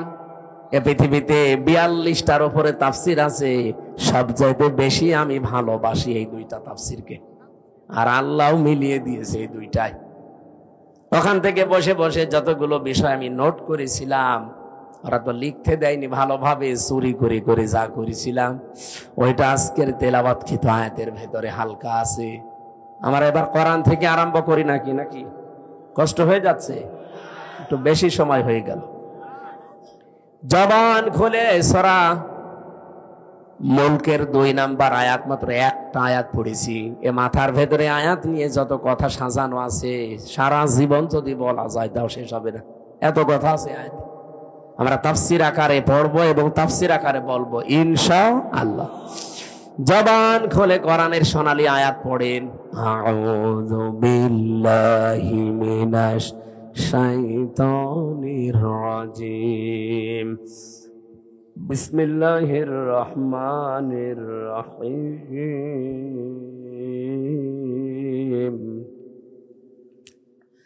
الذي خلق الموت والحياة ليبلوكم أيكم أحسن عملا وهو العزيز الغفور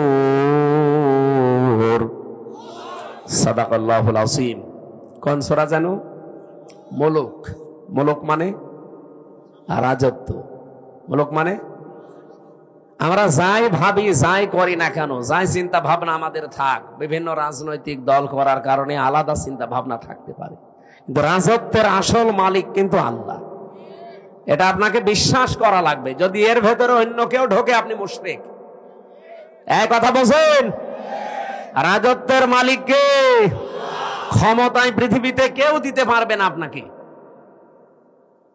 ক্ষমতায় দিতে পারবে শুধুমাত্র আমার আল্লাহ। হ্যাঁ, আপনার যদি অন্য কোনো বিশ্বাসের ভেতরে ঢোকে যে না আমেরিকা আমারে পারবে, ভারত আমারে পারবে, জনগণ আমারে পারবে, আল্লাহর কসম আপনার ঈমান শেষ, আপনি মুশরিক হয়ে গেছেন। কিয়ামতের দিন আমল আখলাক যদি মানুষের কমও থাকে, কিন্তু ঈমানটা যদি তার নির্ভেজাল থাকে, আমার আল্লাহ তারে মাফ করে দেবে। আমল আপনি গাড়ি গাড়ি করেছেন, কিন্তু ঈমানের ভেতরে যদি ভেজাল থাকে, ওয়াকাদিমনা ইলা মা আমিলু মিন আমালিন ফাজআলনাহু হাবাআম মানসুরা।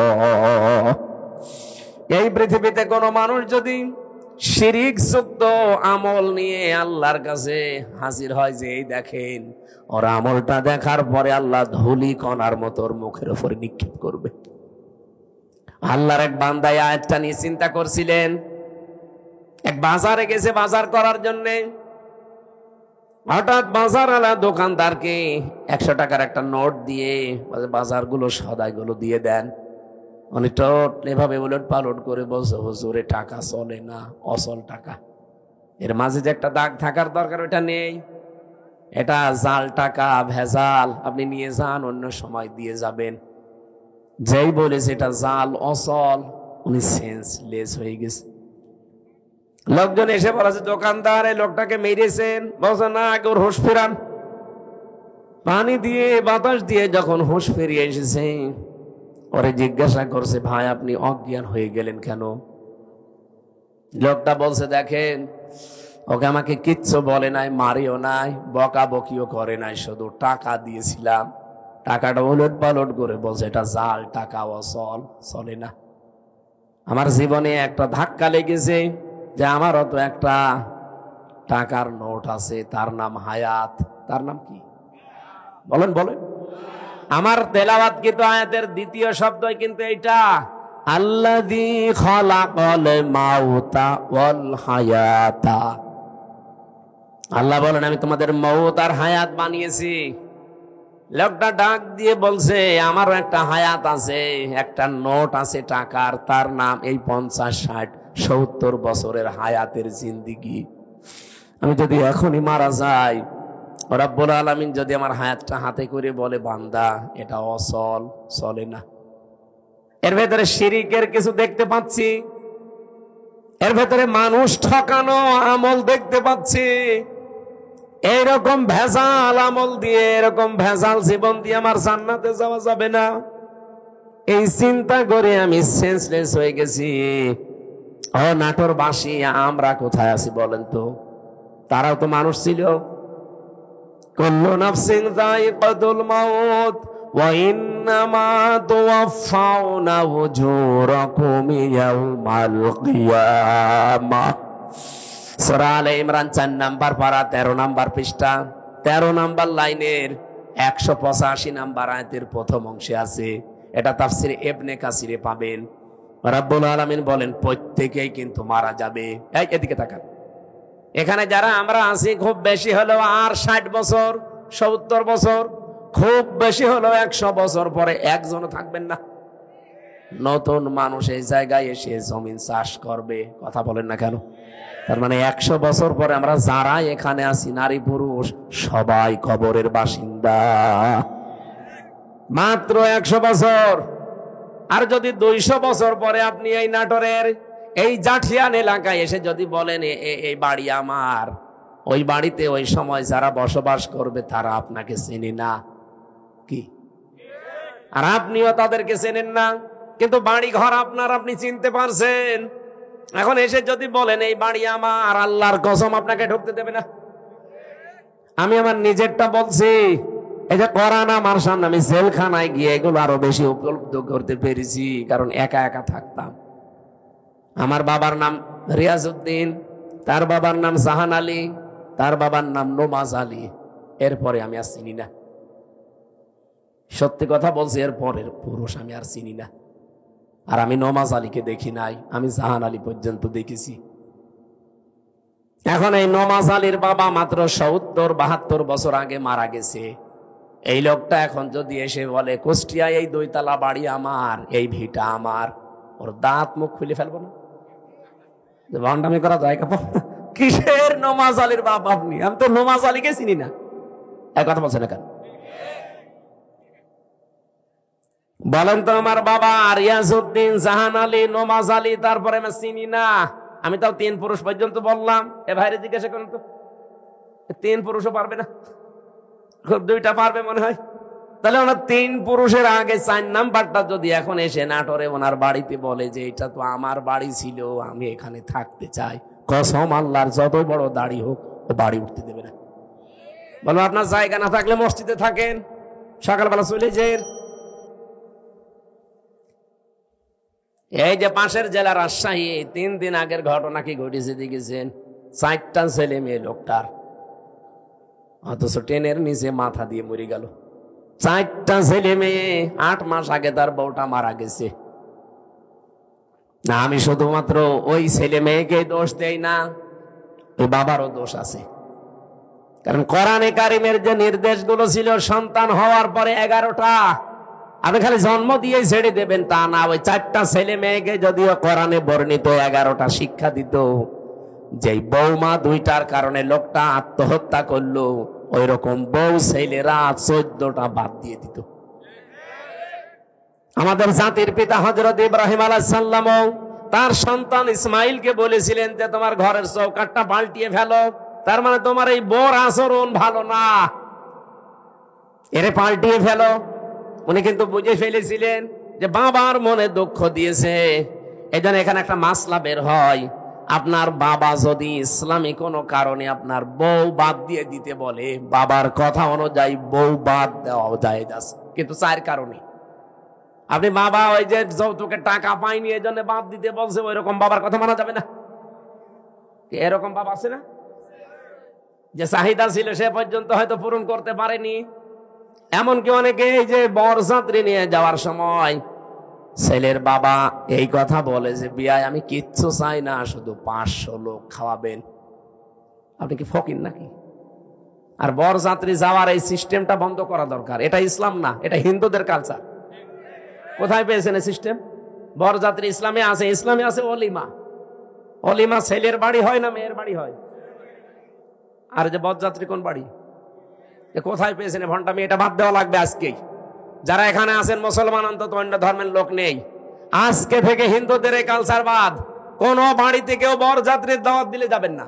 বলে না ও হারাম, আমি খাবো কোন কারণে? কারণ মেয়ের বাবা যদি মন থেকে আপনাকে কিছু না দেয়, যা নেবেন, একটা পান নিলেও পানটাও হারাম। আর আপনি মরণের খাওয়া খান, যে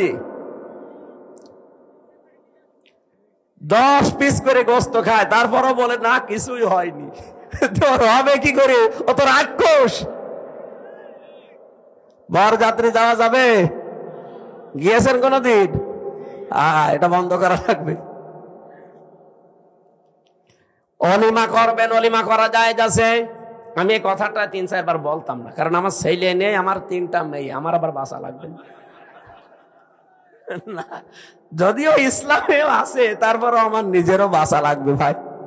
বারবার করে বলছি, বরযাত্রী যাওয়া অলিমা করা হয় ছেলের বাড়িতে, ছেলের বাবারা বুঝুক না। এই যে এই লোকটা ট্রেনের নিচে মাথা দিয়ে মরে গেল, এই যদি ছেলে মেয়েকে আল্লাহর পরে মা বাবার স্থান, এটা যদি কোরআন থেকে হাদিস থেকে ছোটবেলা থেকে শিখাতো এই দিনটা, তাহলে এই 2টা ছেলে ওর বউ দরকার হয় বাদ দিয়ে দিত, তারপরও বাবাকে ভাবে বাড়ি থেকে বের করে দিত না। লোকটা সারাদিন বাড়িতে জায়গা পায়নি, শেষ পর্যন্ত স্টেশনে না খেয়ে সারাদিন ছিল, সকালবেলা যে মরে গেছে। এরকম সন্তান যেন কারো না হয়।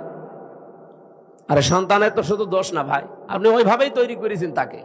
আল্লাহর পরে যে আপনার স্থান সে তো জানেই না। এখানে মাসলা হচ্ছে, বাবার কথা যদি শরীয়ত সম্মত হয়, বাবা যদি বলে বউ রাখা যাবে না, এর ভেতরে আমি শরীয়তের এই জিনিসগুলো ভুল পাই, তাহলে বাদ দিয়ে দেওয়া লাগবে। কিন্তু মায়ের কথা শুনে বউ তালাক দেওয়া জায়েজ নেই। এই মাসলাটা মনে রাখবেন। বাবার সম্মান কিন্তু মায়ের চাইতে খুব বেশি না, 3 গুণ বেশি মায়ের মর্যাদা। কয় গুণ?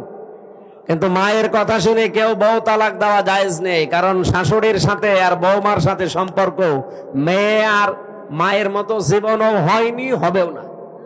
আর যেখানে হয় সেটা একেবারে সোনায় সোহাগা।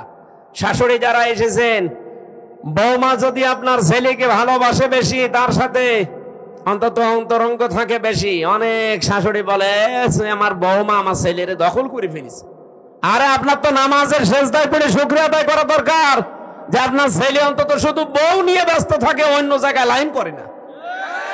ছেলের সুখের জন্য একটু ছাড় দেওয়া যায় না? এখানে যারা শাশুড়ি বসে আছেন, অবশ্যই আপনাকে ছাড় দেওয়া লাগবে, কারণ আপনার ছেলের সুখের জন্য 10 মাস 10 দিন আপনি কষ্ট করেছিলেন, 22 থেকে 25 বছর একাধারে কষ্ট করলেন। এখন আরেকজনের হাতে অন্তত সে আছে, তার সুখের জন্য একটু স্যাক্রিফাইস করা লাগবে আপনাকে। এরকম শাশুড়ি আমরা চাই। এরকম মা আমাদের দরকার নেই।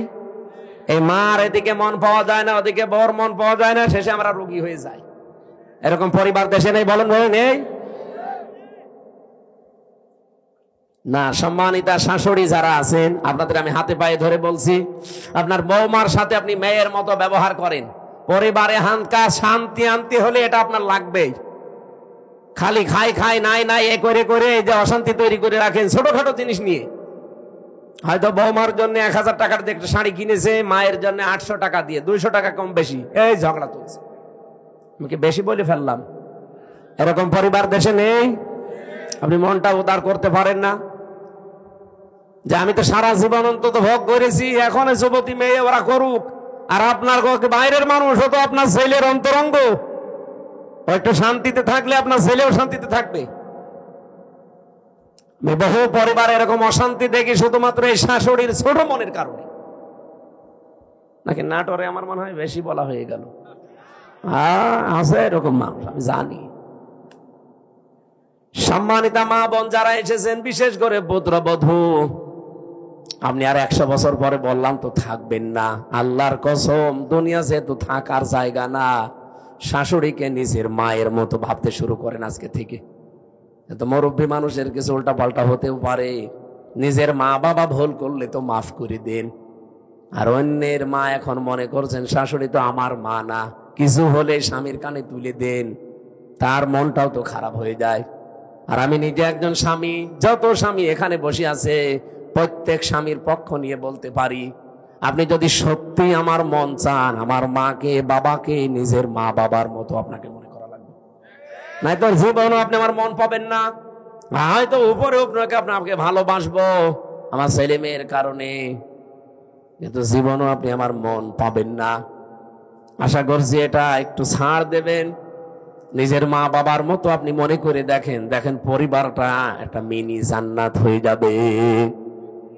বিশ্বনবী জানিয়েছেন, পরিবার যখন কোন স্ত্রী লোক মারা যায় অবস্থায় যে তার স্বামী তাকে দেখে বলেছে, না আমার বউ কিন্তু সত্যি আমার মন মতো ছিল, নবীজি বলেন এই স্বামী স্ত্রীর লাশ দেখে যদি গ্যারান্টি দিতে পারে ওই স্ত্রী জান্নাতি। নামাজ পড়ে নাই, রোজা রাখে নাই, পর্দা করে নাই, কথাগুলো এখানে নেই। খাদিজাতুল কুবরার পুরা জীবনী পড়লাম, জীবনে এক ওয়াক্ত নামাজ পড়েননি, একটা রোজা রাখেননি, জীবনে একদিনের জন্য পর্দায় থাকেননি, জীবনে একটা হজও করেননি, একটা টাকা যাকাতও দেননি। কিন্তু তাকে আমার আল্লাহ নিজে সালাম পাঠিয়েছেন। এই একজন মাত্র মহিলা পৃথিবীতে যাকে আল্লাহ নিজে সালাম দিয়েছেন, আর নিজে জান্নাতে ঘর বানিয়ে তার জন্য সুসংবাদ পাঠিয়েছেন এই একটা মাত্র মহিলা। অথচ জীবনে কোনোদিন নামাজে এক ওয়াক্ত পড়েননি, একটা রোজা রাখেননি, জীবনে একদিনের জন্য পর্দায় ছিলেন না। কারণ কি? কারণ এগুলো সব নাজিল হয়েছিল তার ইন্তেকালের পরে। কথা বোঝে? এই বিধানগুলো সব নাজিল হয়েছিল তার ইন্তেকালের পরে, এজন্য উনি করতে পারেননি। কিন্তু আল্লাহ তাকে সালাম দিয়েছেন এবং ঘর জান্নাতে বানিয়ে আলাদা তার জন্য পাঠিয়েছেন। এমন একটা ঘর খাদিজার জন্য আল্লাহ বানিয়ে রাখলেন যে ঘরের ভেতরে কোনো নয়েজ নেই, কোনো আওয়াজ নেই, গোলমাল মুক্ত। তার জীবনী পড়তে গিয়ে আমি ব্যাখ্যায় পেয়েছি এটা একটাই মাত্র কারণ। কি? একটাই মাত্র কারণ, হযরতে খাদিজাকে আল্লাহ জান্নাত দেওয়া, সালাম দেওয়া, যে জীবনে কোনো দিন তিনি স্বামীর মনে একদিনের জন্য দুঃখ দেয়নি। স্বামী যখন বাইরে থেকে আসতো ঘরটা নয়েজ মুক্ত রাখতেন, আওয়াজ মুক্ত রাখতেন, একটা নির্মল শান্ত পরিবেশ তৈরি করে দিতেন ঘরটায়, মনে হচ্ছে বাইরে থেকে এসে জান্নাতে আছে। আল্লাহ এত খুশি হয়েছিলেন স্বামীর এই আচরণটাই, নিজে সালাম তো পাঠিয়েছেন, আবার জান্নাতে ওরকম একটা আলাদা ঘর বানিয়ে সুসংবাদ পর্যন্ত দিয়েছে। আমি নিজে স্বামী সহ যত স্বামী এখানে বসে আছি, আমি গ্যারান্টি দিয়ে বলতে পারি, একটা স্বামী এখন হাত তুলতে পারবেন যে জীবনে কোনো দিন একদিনের জন্য আমার স্ত্রী আমাকে একটা দুঃখ দেয়নি? হাত তোলেন তো। নেই।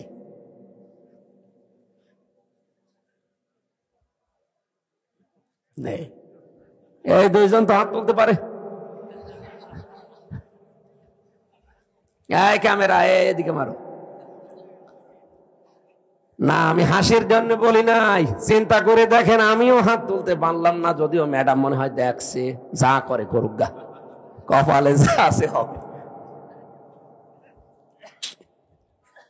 কি আশ্চর্য! মেয়েরা, এই যে হাজার হাজার মহিলারা বসে আছে, ওরা মনে করে নামাজ পড়লে, রোজা রাখলে আর কালো বোরকা পড়লে আমি জান্নাতি। কে বলেছে আপনাকে? খাদিজা তো জীবনে এক ওয়াক্ত নামাজ পড়েনি, একটা রোজা রাখেনি, একটা দিনের জন্য পর্দায় ছিল না। জীবনে কোনো দিন একটা দিনের জন্য, একবারের জন্য স্বামীর মনে তিনি দুঃখ দেয়নি। এরকম স্ত্রী তৈরি করা দরকার না? এখানে যারা বসে আছেন, আল্লাহ যেন খাদিজার মতো তৈরি করে দেন আপনাদের। বলেন আমিন। না, সিস্টেমটা যদি উল্টিয়ে ফেলি, ওরা যদি হুজুর এটা একটু বলেন তো, এখানে এমন কোন স্বামী আছে কিনা যে জীবনে একদিনের জন্য স্ত্রীকে একটা দুঃখ দেয়নি? একটা প্রতিদিন 20টা করে দুঃখ দিচ্ছে। আমাদেরকে হযরতে আলীর মতো হওয়া লাগবে। আল্লাহ আমাদেরকে এই মানুষগুলোর জীবনে সামনে রেখেছেন কেন? শিক্ষা নেওয়ার জন্য। পরিবারটা জান্নাত হয়ে যাওয়ার কথা, অথচ 100টার প্রায় 99টা পরিবার এখন শান্তি নেই। সে আলেম বলেন, হুজুর বলেন আর জেনারেল বলেন, সবগুলো এখন অশান্তি, এই শুধু ছোট মনের কারণে। আমি দুনিয়ার একটা হিসাব দিচ্ছিলাম, আমি নিজের দাদার বাবাকে পর্যন্ত আর চিনতে পারছি না। 200 বছর পরে আমিও যদি কুষ্টিয়ায় আমার ওই বাড়িতে এসে বলি এই বাড়ি আমি বানিয়েছিলাম, আল্লাহর কসম 200 বছর পরে যারা ওখানে বাস করবে আমারে কুষ্টিয়ায় ঢুকতে দেবে না। এ হচ্ছে দুনিয়া। আল্লাহ এর পরের অংশে দিয়েছেন, ওয়া ইন্নামা তুওয়াফাউনা উজুরাকুম ইয়াউমাল কিয়ামাহ। ও পৃথিবীর মানুষেরা, বুঝে শুনে কাজ কারবার করবা, যা করো না কেন এইটা কিন্তু তোমারে দেওয়া হবে। যা করবা এইটাই তোমাকে দেওয়া হবে। ফামান যুহজিহা আনিন নার, এইটা বলার জন্য আমি এ পর্যন্ত আসলাম, ভালো করে শুনবেন। ফামান যুহজিহা আনিন নার ওয়া উদখিলাল জান্নাতা ফাকাদ ফাজ। এখানে আয়াতের 2টা তাফসীর হয়। আলেম যারা আছেন তাদেরকে বলছি ভালো করে মিলাবেন। প্রথম তাফসীর হচ্ছে, ওই লোকটার জীবন আসল সফল, যাকে আল্লাহ জাহান্নামের আগুন থেকে মাফ করে দিয়ে জান্নাতে দিয়ে দেবে, সে লোকটা সফল। আর একটা তাফসীর হচ্ছে পৃথিবীর ময়দানে যতদিন সে বেঁচে আছে জাহান্নামের কাজগুলো যখন আস্তে আস্তে ছেড়ে দিয়ে জান্নাতের কাজের দিকে আস্তে আস্তে এগিয়ে যেতে পারে, তখন সে যেন মনে করে আমি সফল হচ্ছি। আগে নামাজ পড়তো না, এখন ধরেছে। আগে সুদ খাইতো, এখন ছেড়ে দিয়েছে। এরকম কাজ কারবার গুলো যখন আপনি জাহান্নামের কাজ একটা একটা করে ছেড়ে দিয়ে জান্নাতের কাজের দিকে এগিয়ে যেতে পারবেন, আপনি মনে করবেন আল্লাহ পাক আমাকে জীবন সফল করে দিচ্ছে। আপনি বলেন তো হচ্ছে আপনার জীবন এটা? না। আগে বিড়ি খেতেন না, এখন আরো খান। আগে সুদ খেতেন না, এখন খান। এমনকি এখানেও আমার মনে হয় এমন এমন মানুষ বসে আছে সুদের টাকা ছেড়ে দেয়। 1000 টাকা দিলে 100 টাকা বেশি দেয়। এরকম মানুষ টাকা ছেড়ে দিয়ে রেখেছে, সেই টাকা ওয়াজ শুনে যে তুলবে। এরকম মানুষ নেই? অলরেডি টাকা ছেড়ে দিয়ে এসেছে, ওয়াজ শেষ করে কালকে যে ওই টাকা তুলবে সুদের টাকা। নাকি এলাকা এখনো শুরু হয়নি? তা কারা কারা সুদের টাকা ছেড়ে দেবেন হাত তোলেন তো। একজু তা দাঁড়িয়েলা মানুষ। আপনি কয় টাকা ছেড়েছেন? না, যারা এগুলো ছেড়েছেন আপনি না খেয়ে মরে যান ভাই। সুদের টাকা খাওয়া আর মায়ের সাথে জেনা করা সমান। আরো জোরে বলেন নাউযুবিল্লাহি মিন যালিকা। আল্লাহ আমাদের হেফাজত করুন, আমিন। আমাল হায়াতুদ দুনিয়া ইল্লা মাতাউল গুরুর। আল্লাহ বলেন পৃথিবীর এই জমিনটা পুরা জীবনটাই ধোঁকা। এটা পুরাটা খেল তামাশা, এটা প্রতারণা ছাড়া দুনিয়ার মানুষ কিচ্ছু না। এখনো টের পাচ্ছ না? আমি হামজা যদি এখনই এই অবস্থায় মরে যাই, আপনারা হয়তো খবর পাঠিয়ে দেবেন বাড়িতে যে হামজা মারা গেছে। আমার স্ত্রী আমার ম্যাডামে কাঁদতে কাঁদতে বেহুশ হয়ে যাবে। আমি জানি, এত ভালোবাসি। হয়তো 2, 3 দিন, 5 দিন, 7 দিন খাওয়া দাওয়া হাফ হয়ে যাবে, খেয়ে না খেয়ে পার করবে। 4 মাস 10 দিনের ভেতরে দেখবেন সব স্বাভাবিক হয়ে গেছে। কি তাহলে আমার নিজের একা না, প্রত্যেকের জীবনে এইটা। 4 মাস 10 দিনের ভেতরে ঠিক আমার শ্বশুর ম্যাডামের নিয়ে অন্য জায়গায় বিয়ে দিয়ে দেবে। কি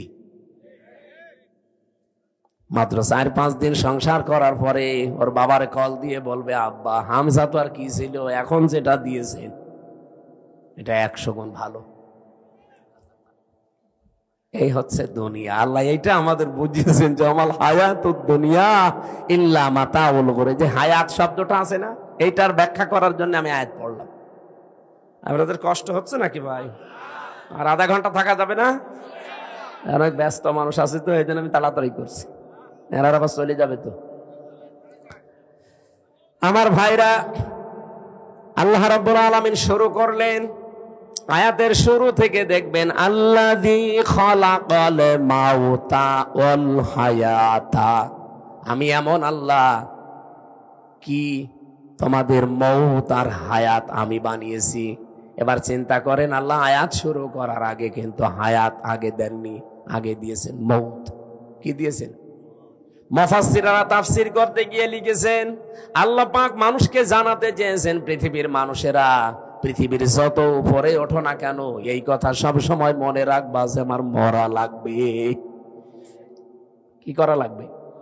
আমি প্রধানমন্ত্রী না, আমি সারা পৃথিবীর যদি মরল হয়ে যায়, এই চিন্তা সব সময় পেছনে রাখবা যে আমার মরা লাগবে। তাহলে দুনিয়ার জীবনটা পরিচ্ছন্ন থাকবে তোমার। ছেড়েছে তাকে কিন্তু অফার দিয়েছিল আজরাইল এসে যে যতদিন থাকতে চান আপনি থাকতে পারবেন দুনিয়ার হায়াতে। এরপরে যখন আপনার ইচ্ছা হবে তখন আপনাকে আমি নিয়ে যাব। নবীজি জিজ্ঞাসা করলেন, ভাই আজরাইল, যদি আমি সত্যি থাকতে চাই কতদিন? যতদিন ইচ্ছা পারবেন, তারপরে মরা লাগবে। কারণ কুল্লু নাফসিন যায়িকাতুল মাউত, এটা সবার জন্যে। বিশ্ব নবী তখন ডাক দিয়ে বলেন, ফেরেশতা, মরাই যদি লাগে তখন এই নশ্বর দুনিয়ায় আমি আর থাকতে চাই না, আমার মাবুদের কাছে আমারে নিয়ে চলো।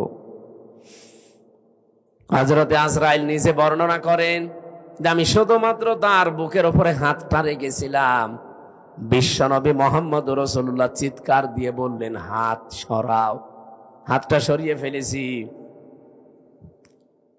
ফেরেশতা বলে, হুজুর আমি আজ পর্যন্ত পৃথিবীতে কারো কাছে জান কবজের অনুমতি চাইনি, আজকেই প্রথম। আপনি হাত সরাতে বললেন, আমি কিন্তু জানি আল্লাহর পরে আপনার স্থান। এত আসানে এত সহজে দুনিয়ায় কাউকে আমি কবজ করি নাই, যত আসানে শুধু হাতটা রেখেছিলাম। নবীজি বলেন, আজরাইল এটাই যদি তোমার হাত রাখা হয়, মনে হচ্ছে উহুদ পাহাড় আমার বুকের উপরে রেখে দিয়েছে।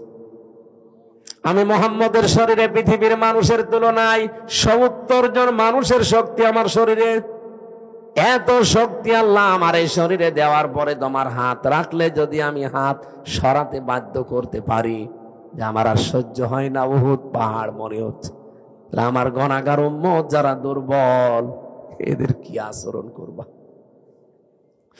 যত কষ্ট আছে দুনিয়াতে মরণের, সব আমার বুকের ওপরে আজকে দাও। আমার এতিম উম্মত যারা আমার পরে দুনিয়ায় থাকবে, এদের মরণে এত কষ্ট দিও না। হযরতে আজরাইল ওই দিন একটা গ্যারান্টি দিয়েছিলেন, নবী আপনি চিন্তা করবেন না, আপনার উম্মত যদি পৃথিবীতে কোরআনে কারীমের সূরা বাকারার 255 নাম্বার আয়াত, যেটা আয়াতুল কুরসি, এখানে 10টা ক্ষমতার কথা আছে আল্লাহ। আমি এমনিতে সূরা মুলুক পড়ি নাই। মুলুক মানে ক্ষমতা, মুলুক মানে রাজত্ব। এখানে 10টা বিষয় আছে। এই 10টা বিষয় যদি কোনো মানুষ নিজে পড়তে পারে ফরজ নামাজের পর, আর এই 10টা বিষয় যদি তার প্র্যাকটিক্যাল লাইফে আমল থাকে, এর উপরে যদি জীবন চালাতে পারে, আমি ফেরেশতা গ্যারান্টি দিলাম, মায়ের স্তনে মুখ লাগিয়ে মানুষ যেভাবে ঘুমিয়ে যায়, ঠিক ওইভাবেই সে ঘুমিয়ে যাবে। এরকম মরণ আমাদের দরকার নেই, বলুন? আয়াতুল কুরসিটার আমল চালাবেন, আর আপনি দেখবেন এর ভেতরে কি আছে। আমার যদি আয়াতুল কুরসির আলোচনা আজকে থাকতো, এই 10টা বিষয়ের ক্ষমতার বিস্তারিত বর্ণনা বলতাম। শুধু হাদিসটা বললাম, ফরজ নামাজের পরে সালাম ফিরিয়েই পড়বেন, আস্তাগফিরুল্লাহ আস্তাগফিরুল্লাহ আস্তাগফিরুল্লাহ 3 বার, আল্লাহু আকবার 3 বার, আল্লাহুম্মা আনতাস সালাম ওয়া মিনকাস সালাম এটা 1 বার, আর আয়াতুল কুরসি। কিছু না পড়লেও এগুলো মাস্ট বি পড়বেনই। আর আস্তে আস্তে যদি এগুলো বুঝতে পারেন যে কি বলছেন, জীবনে যত বেশি সেট করতে পারবেন আপনার চলার প্র্যাকটিক্যাল লাইফে, জীবন চলার পথে, আপনি দেখবেন আপনার জীবন পরিচ্ছন্ন হতে আছে। ওই যে ফামানসু হুসিহানিন নার ওয়া উদখিলাল জান্নাতা ফাকাদ ফাজ, আপনাকে সফল আল্লাহ করে দেবে। আস্তে আস্তে জাহান্নামের কাজ আপনি ছেড়ে দেবেন, জান্নাতের কাজের দিকে আপনাকে ঠেলে ঠেলে আল্লাহ দিয়ে দেবে। আমরা এরকম একটা সুখের মরণ চাই। এরপরের শব্দ ছিল আল হায়াত। আল্লাহ হায়াত বানিয়েছেন। হায়াত কয় প্রকার? কোরআন শরীফ পড়ে আমি হায়াত পেয়েছি 5 প্রকার। প্রথম হায়াতে আমরা যেটা ছিলাম তার নাম আরওয়া, রুহের জগৎ, যেটা হযরতে আদম নবীর পৃষ্ঠদেশ থেকে আমাদের সবাইকে আল্লাহ একদিনে বের করেছেন। এজন্য পৃথিবীর প্রতিটি মানুষের হায়াত সমান। এখানে এই তথ্য জানেন না অনেকে। দুনিয়ায় যত মানুষের আগে এসেছে, যত মানুষ এখন আছে, কিয়ামত পর্যন্ত যারা আসবে, সবার হায়াত সমান। এদিকে তাকান, সবার হায়াত সমান। আমি আপনাকে একেবারে শেষ পর্যন্ত মিলিয়ে দেব। আদম আলাইহিস সালামের পর থেকে দুনিয়ায় যারা এসেছে, তারা 1000 বছর, 950 বছর এরকম হায়াত পেত। তারা ওই সময় থেকে চলে গেছে। এরপরে যারা আস্তে আস্তে সিরিয়ালে আসছে, 150 বছর, 200 বছর, 50, 60 বছর পরে পরে চলে যায়, নতুন মানুষ আসে। এই যারা চলে গেল, ওরা কোথায় যাচ্ছে? এই যে হায়াত 5 প্রকার বললাম কেন? আল্লাহ পাক প্রথম হায়াত দিয়েছে আলমে আরওয়া, যেটা আমরা সবাই একসাথে ছিলাম। দ্বিতীয় হায়াতের নাম হচ্ছে আলমে বুতুন, যেটা মায়ের পেটে থাকা লাগে নির্ধারিত সময়। সর্বনিম্ন থাকা লাগে 6 মাস, সর্বঊর্ধ্বে 10 মাস 10 দিন। ওটা একটা নির্ধারিত পিরায়। এরপরে আর একটা হায়াত আছে, তার নাম আলমে দুনিয়া, যেটা আমরা আছি এখন। এরপরে সামনে আরো 2টা বাকি আছে। একটা হচ্ছে আলমে বারজাখ, যেটা কবরের জগৎ বলে।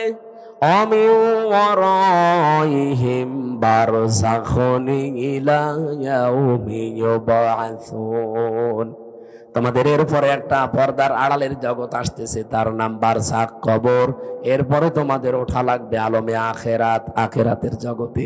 কয়টা পেলাম জগৎ? বলেন বলেন। একটা অলরেডি পার হয়ে গেছে নাকি? দুইটা পার হয়ে গেছে, একটা আলমে আরোয়া আর একটা আলমে বুতুন, মায়ের পেট। সামনে আর দুইটা বাকি আছে, মাঝখানেরটায় আছি। আরে আগে দুইটা গেলে পরে দুইটা থাকলে মাঝখানেরটায় থাকা যায় না। এবার একেবারে কিয়ামতের আগের 5 দিন আগে যে লোকটা আসবে দুনিয়ায়, সেও তো মারা যাবে। কথা বলে না কেন? আদম নবীর পরে যে লোকটা দুনিয়ায় এসেছিল, সে 900 বছর মনে করেন ছিল। এই 900 বছর পরেই তো এখন তার আলমে বারজাক শুরু হয়ে গেছে, কবরের জগৎ। আর কিয়ামতের 5 দিন আগে যে লোকটা আসবে, সেও তো কবরে 5 দিন থাকবে। এই যে আমি হায়াত সমান বললাম, প্রত্যেকের কেন বলেছি জানেন? আমরা তো সব একদিনই আদমের পিঠ থেকে বের হয়েছিলাম, কিন্তু আগে পরে আসার কারণে প্রত্যেকের কবরের জগৎ কিন্তু একই। হয়তো তারা আগে পাল্টিয়েছে, আমরা পরে আসতেছি। আমরা চলে যাওয়ার পরে যারা আসবে ওরা তো এখন ওই রকম কবরের জগতে আছে। বারজাখুন মানে কি? এই পর্দার আড়াল। এই যে পর্দা দেওয়া আছে, এর পেছনে যারা আছে ওরা সিরিয়াল করে আসবে, আমরা ওখানে চলে যাব। তাহলে পৃথিবীতে যত মানুষ এসেছে আসবে, এখন আছে, সবার হায়াত কিন্তু সমান। হয়তো দুনিয়ার হায়াত একটু কম বেশি হয়, তাও 5 বছর, কেউ 10 বছর, কেউ 50-100 বছর। কিন্তু আলমে আখিরাতের যে জগৎ, বারজাখের জগৎ, আলমে যেটা ওই যে কি আরওয়ার জগৎ, রুহের জগৎ, এগুলো সবার জন্য সমান। এই 5টা হায়াত আল্লাহ আমাদেরকে দিয়ে বলেন কেন দিলাম? এই মাঝখানের হায়াতটা জানো, দুনিয়ার জগৎ যেটা, লিয়াবলুয়াকুম আইয়ুকুম আহসানু আমালা। আমি আল্লাহ দেখতে চাই তোমাদের ভেতরে এই ছোট্ট হায়াতে সবচাইতে ভালো কাজ কে করে আসতে পারো। আল্লাহ কি কাজ দেখতে চেয়েছেন? আল্লাহ আকসারু আমালা দেয়নি যে বেশি কাজ, না, আল্লাহ ভালো কাজ চাই। বিশ্বের অন্যান্য দেশে ঘুরলাম, তারা যতটুকু কাজ করে কাজটা ভালো করে, এজন্য টেকসই হয়। আমাদের দেশে কাজ বেশি হয়, কাজটা ভালো হয় না, এজন্য টেকসই হয় না। বঙ্গবন্ধু টানেলে এখনই পানি আরম্ভ হয়েছে। পরশু দিনও আমি আসলাম, চট্টগ্রামের বঙ্গবন্ধু টানেলের নিচ দিয়ে এখন পানি উঠতেছে বাম পাশ দিয়ে। 100 বছরের টার্গেট নিয়ে বানানো। এই যে পাবনা আর উপরের এই যে কি ব্রিজ যেন, এটা কত বছর চলছে বলেন? ওর নিজের মেয়াদ শেষ হয়ে গেছে, তারপরও যা সেইটাই আছে। আপনার তো কাজ আল্লাহ বেশি চাই না, দুনিয়ায় কাজ চাই, ভালো কাজ। কি চাই? আল্লাহ জানে আকসার আমালা দেয়নি যে বেশি বেশি কাজ করো না, কাজ আপনি অল্প করেন, কিন্তু কাজটা যেন আরো জোর বলেন। আহসান আমালার ব্যাখ্যায় আমি আর একটা জিনিস পেয়েছি।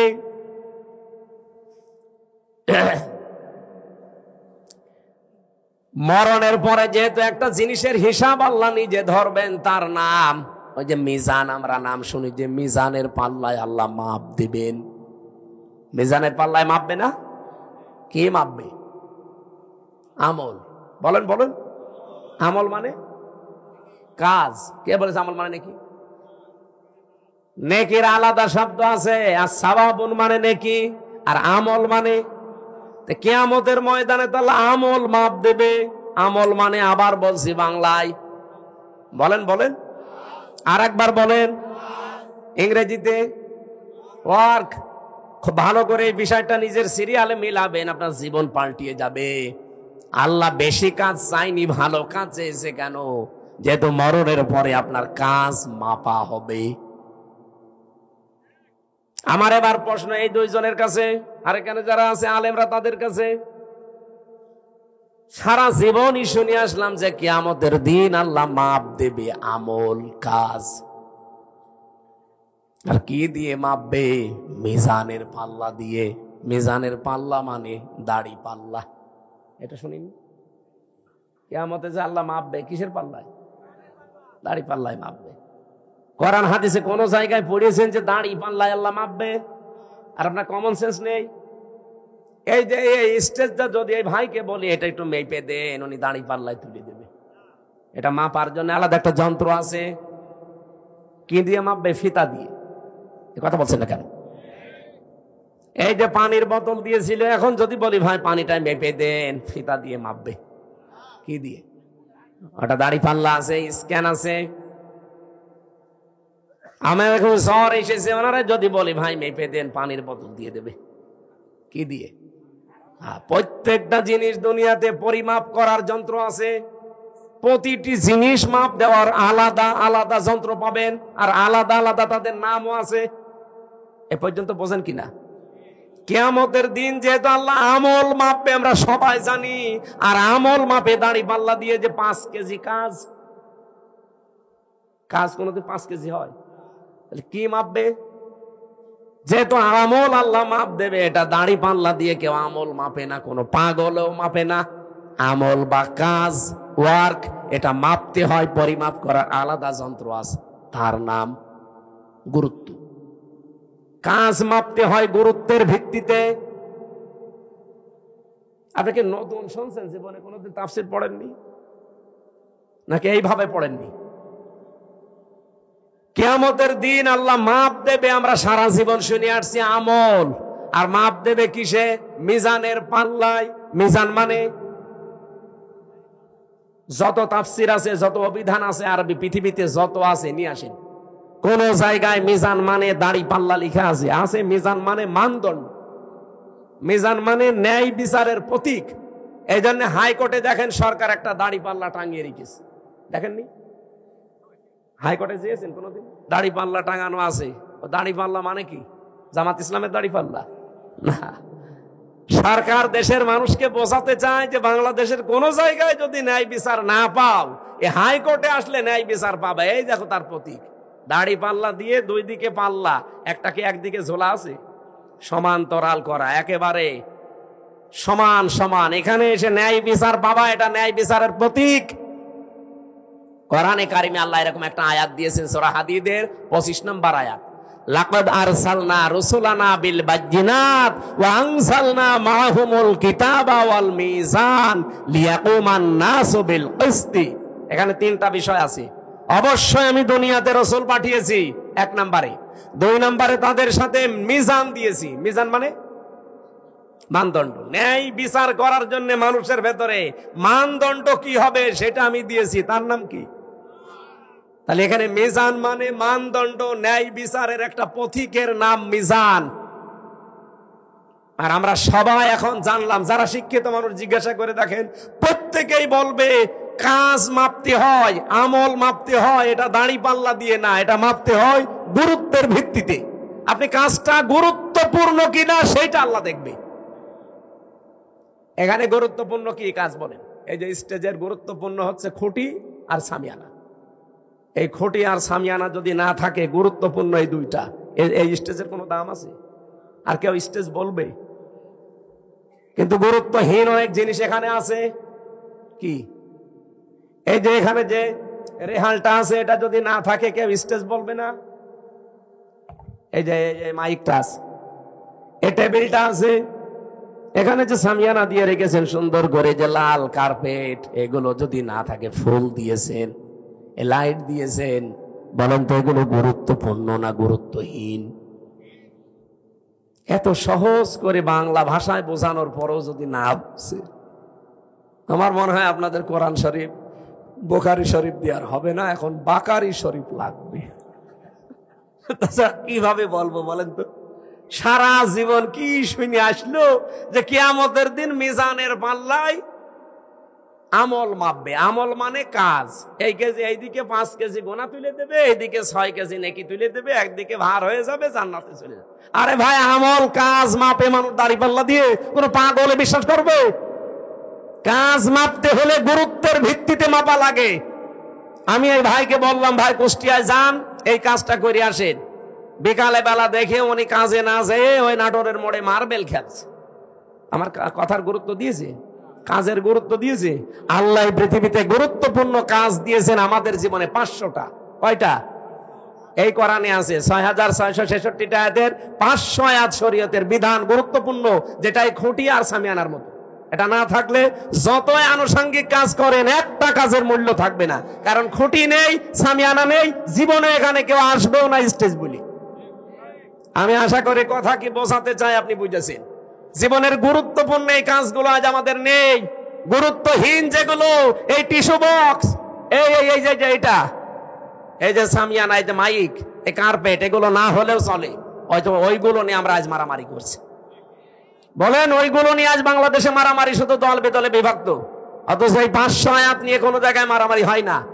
এই 500-র ভেতরে একটা আইন হচ্ছে আল আকিমুদ্দিন ওয়ালা তাতাফাররাকু ফি, এই জমিনে আল্লাহর দ্বীন কায়েম করা লাগবে, এখানে কোনো ফতোয়াবাজি চলবে না। এই জায়গায় কোনো ফতোয়া নেই, যত ফতোয়া সব মাথায় টুপি কয়কলি দিয়েছেন এটা নিয়ে। আরে রাজশাহী, চাঁপাইনবাবগঞ্জ, নওগাঁ, নাটোর এগুলোতে আরো বেশি। আমিন জোরে বলবেন, আসতে বলবে, এই নিয়ে মারামারি করে। গুরুত্বপূর্ণ কাজগুলো আগে করেন, কারণ কিয়ামতে আল্লাহ এইটাই মাপবে। মানুষের কাজ মাপতে হয়, আমল মাপতে হয়, গুরুত্ব কি, গুরুত্বর সাথে গুরুত্বহীন না গুরুত্বপূর্ণ, এইটা আল্লাহ দেখবে। আল্লাহ আমাদেরকে যেহেতু গুরুত্বপূর্ণ কাজ করার জন্য 4টা বিষয় আমি এখানে পেয়েছি। কোন কাজ আপনি আমি ভালো মনে করলে হবে না, এটার জন্য শর্ত 4টা। কাজটা ভালো কিনা শর্ত কয়টা? 1 নম্বরে কাজের জন্য জ্ঞান থাকা লাগবে, যেটা আমরা আরবিতে এলেম বলি। যে কোনো কাজ হাতে নেওয়ার আগে দেখতে হবে ওই বিষয়ে লোকটা জ্ঞানী কিনা। বাংলাদেশে এমন এমন মন্ত্রী ছিল, সারা জীবন পড়েছে আইন নিয়ে, আর তারে দিয়েছে খাদ্য মন্ত্রী, ওই যে টাকটা গম চুরি করেছে। আরে ভাই, যে বিষয়ে পড়েছে আপনি তারে সেই বিষয় দেন। ও পড়লো সারা জীবন আইন নিয়ে, ওরে আপনি খাদ্য দিয়ে রেখেছেন, ও খাদ্যের কি বুঝবে? আমার কথা কি রাগ হচ্ছে? 2 নম্বরে নিয়ত থাকা লাগবে। এটা দুনিয়ার লোক দেখানোর জন্য আপনার হলে হবে না, এটা হওয়া লাগবে কার জন্যে? এই জন্য যারা কালেমা পড়েন লা ইলাহা ইল্লাল্লাহ, তাদেরকে আল্লাহ শিখিয়েছেন, তুই বল কুল ইন্না সলাতি ওয়া নুসুকি ওয়া মাহইয়ায়া ওয়া মামাতি লিল্লাহি রাব্বিল আলামিন। সূরা আনআম 8 নম্বর পারা 9 নম্বর পৃষ্ঠা 9 নম্বর লাইনের 163 নম্বর আয়াতে আছে তাফসিরে ফি জিলালিল কোরআন। আল্লাহ বলেন, নবী আপনি বলেন, আমার নামাজ, আমার কোরবানি, আমার বেঁচে থাকা, আমার মরে যাওয়া দুনিয়ার কারো জন্য না, সব আমি আল্লাহর জন্য করি। নিয়তটা পাকাপাকি করা লাগবে, লোক দেখানোর জন্য করলে হবে না ভালো কাজ। 3 নম্বরে ধৈর্য লাগবে। কি লাগবে? আর এখন মুসলমানদের সবচাইতে বড় সম্পদ এখন পৃথিবীতে এইটা, ধৈর্য ধারণ করা লাগবে। বাংলাদেশে অনেক ষড়যন্ত্র চলছে বিভিন্ন কায়দায়, ধৈর্য ছাড়া এখন আর উপায় নেই। আমি ষড়যন্ত্রের নামগুলো বলতে পারলাম না। 4 নম্বরে ইখলাস লাগবে। কি লাগবে? যতগুলো তথ্য এখানে আমি লিখেছি, এটা যদি একটা একটা করে সিরিয়াল করে বলতে যায়, এখন তো 11:30, এত রাত পর্যন্ত কথা বলা ঠিক না। আর কিছুক্ষণ পরে তাহাজ্জুদের নামাজ, ফজরের নামাজ। জেলে বসে যে কিছু নোট করেছিলাম, বাইরে এসে করেছি, সেগুলো দিয়ে মেয়েদের এই যে সাংসারিক জীবনে অশান্তি কেন, দাম্পত্য জীবনের কলহ এবং তার সমাধান কি করে করা লাগে আমি লিখেছিলাম। ওইটা কোথায় পাওয়া যায় জানি না, ওই গাড়িতে আছে মাদ্রাসায়।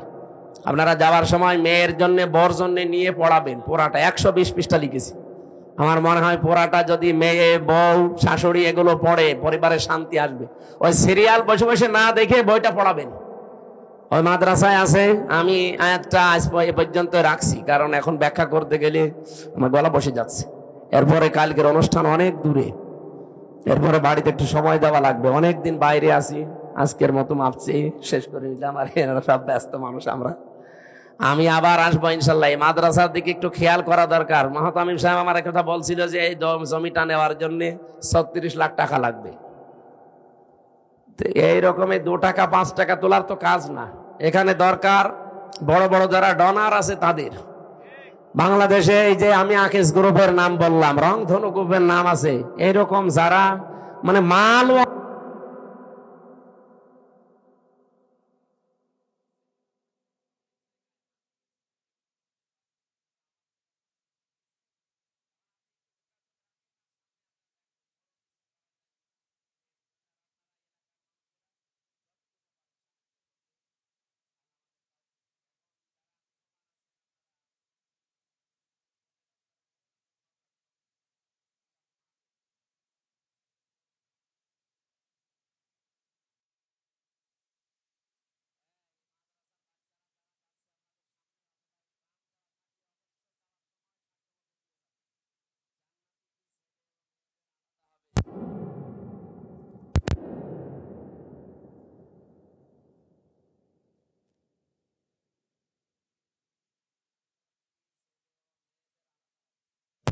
বুঝলাম। হ্যাঁ হ্যাঁ, প্রত্যেকের জন্য তো আলাদা জান্নাত, তার সাথী থাকবে আলাদা, হুর গেলমান যেটা আছে আলাদা। মায়ের পায়ের নিচে সন্তানের জান্নাত, এটা ঠিক আছে। আর জান্নাত তাহাতা দামিলুম নিহাত, কিন্তু এই স্ত্রীর বা স্বামীর পায়ের নিচে স্ত্রীর জান্নাত, এটা হাদিস না, এটা বানানো কথা। আমরা নিজেরা বানিয়েছি খেদমত নেওয়ার জন্য। আমাদের খেদমত করা লাগবে, এটা ঠিক আছে। এটা আর কি এত প্রশ্ন, বাবা বাবা, এত পড়তেই লাগবে অনেক সময়। এটা মনে হচ্ছে কোন মায়ের একটা প্রশ্ন। আমি দেখবো ইনশাল্লাহ, মোনাজাতের পরে দেখছি। আল্লাহুম্মা আমিন। লা ইলাহা ইল্লা আনতা সুবহানাকা ইন্নী কুনতু মিনাজ জালিমিন। লা ইলাহা ইল্লা আনতা সুবহানাকা ইন্নী কুনতু মিনাজ জালিমিন। এই মোনাজাতটা বসে করেন ভাই, বসুন বসুন বসুন। হ্যাঁ, মোনাজাতটা যে যেখানে আছেন ওখানে বসেন। মোনাজাত বসে করেন, মোনাজাত শেষ হোক, গাড়ি থেকে বইটা নিয়ে বাড়ি যাবেন, বসেন। রব্বানা আতিনা ফিদ দুনিয়া হাসানা ওয়া ফিল আখিরাতি হাসানা ওয়া কিনা আযাবান নার। রব্বুল আলামিন, গভীর রজনী এখন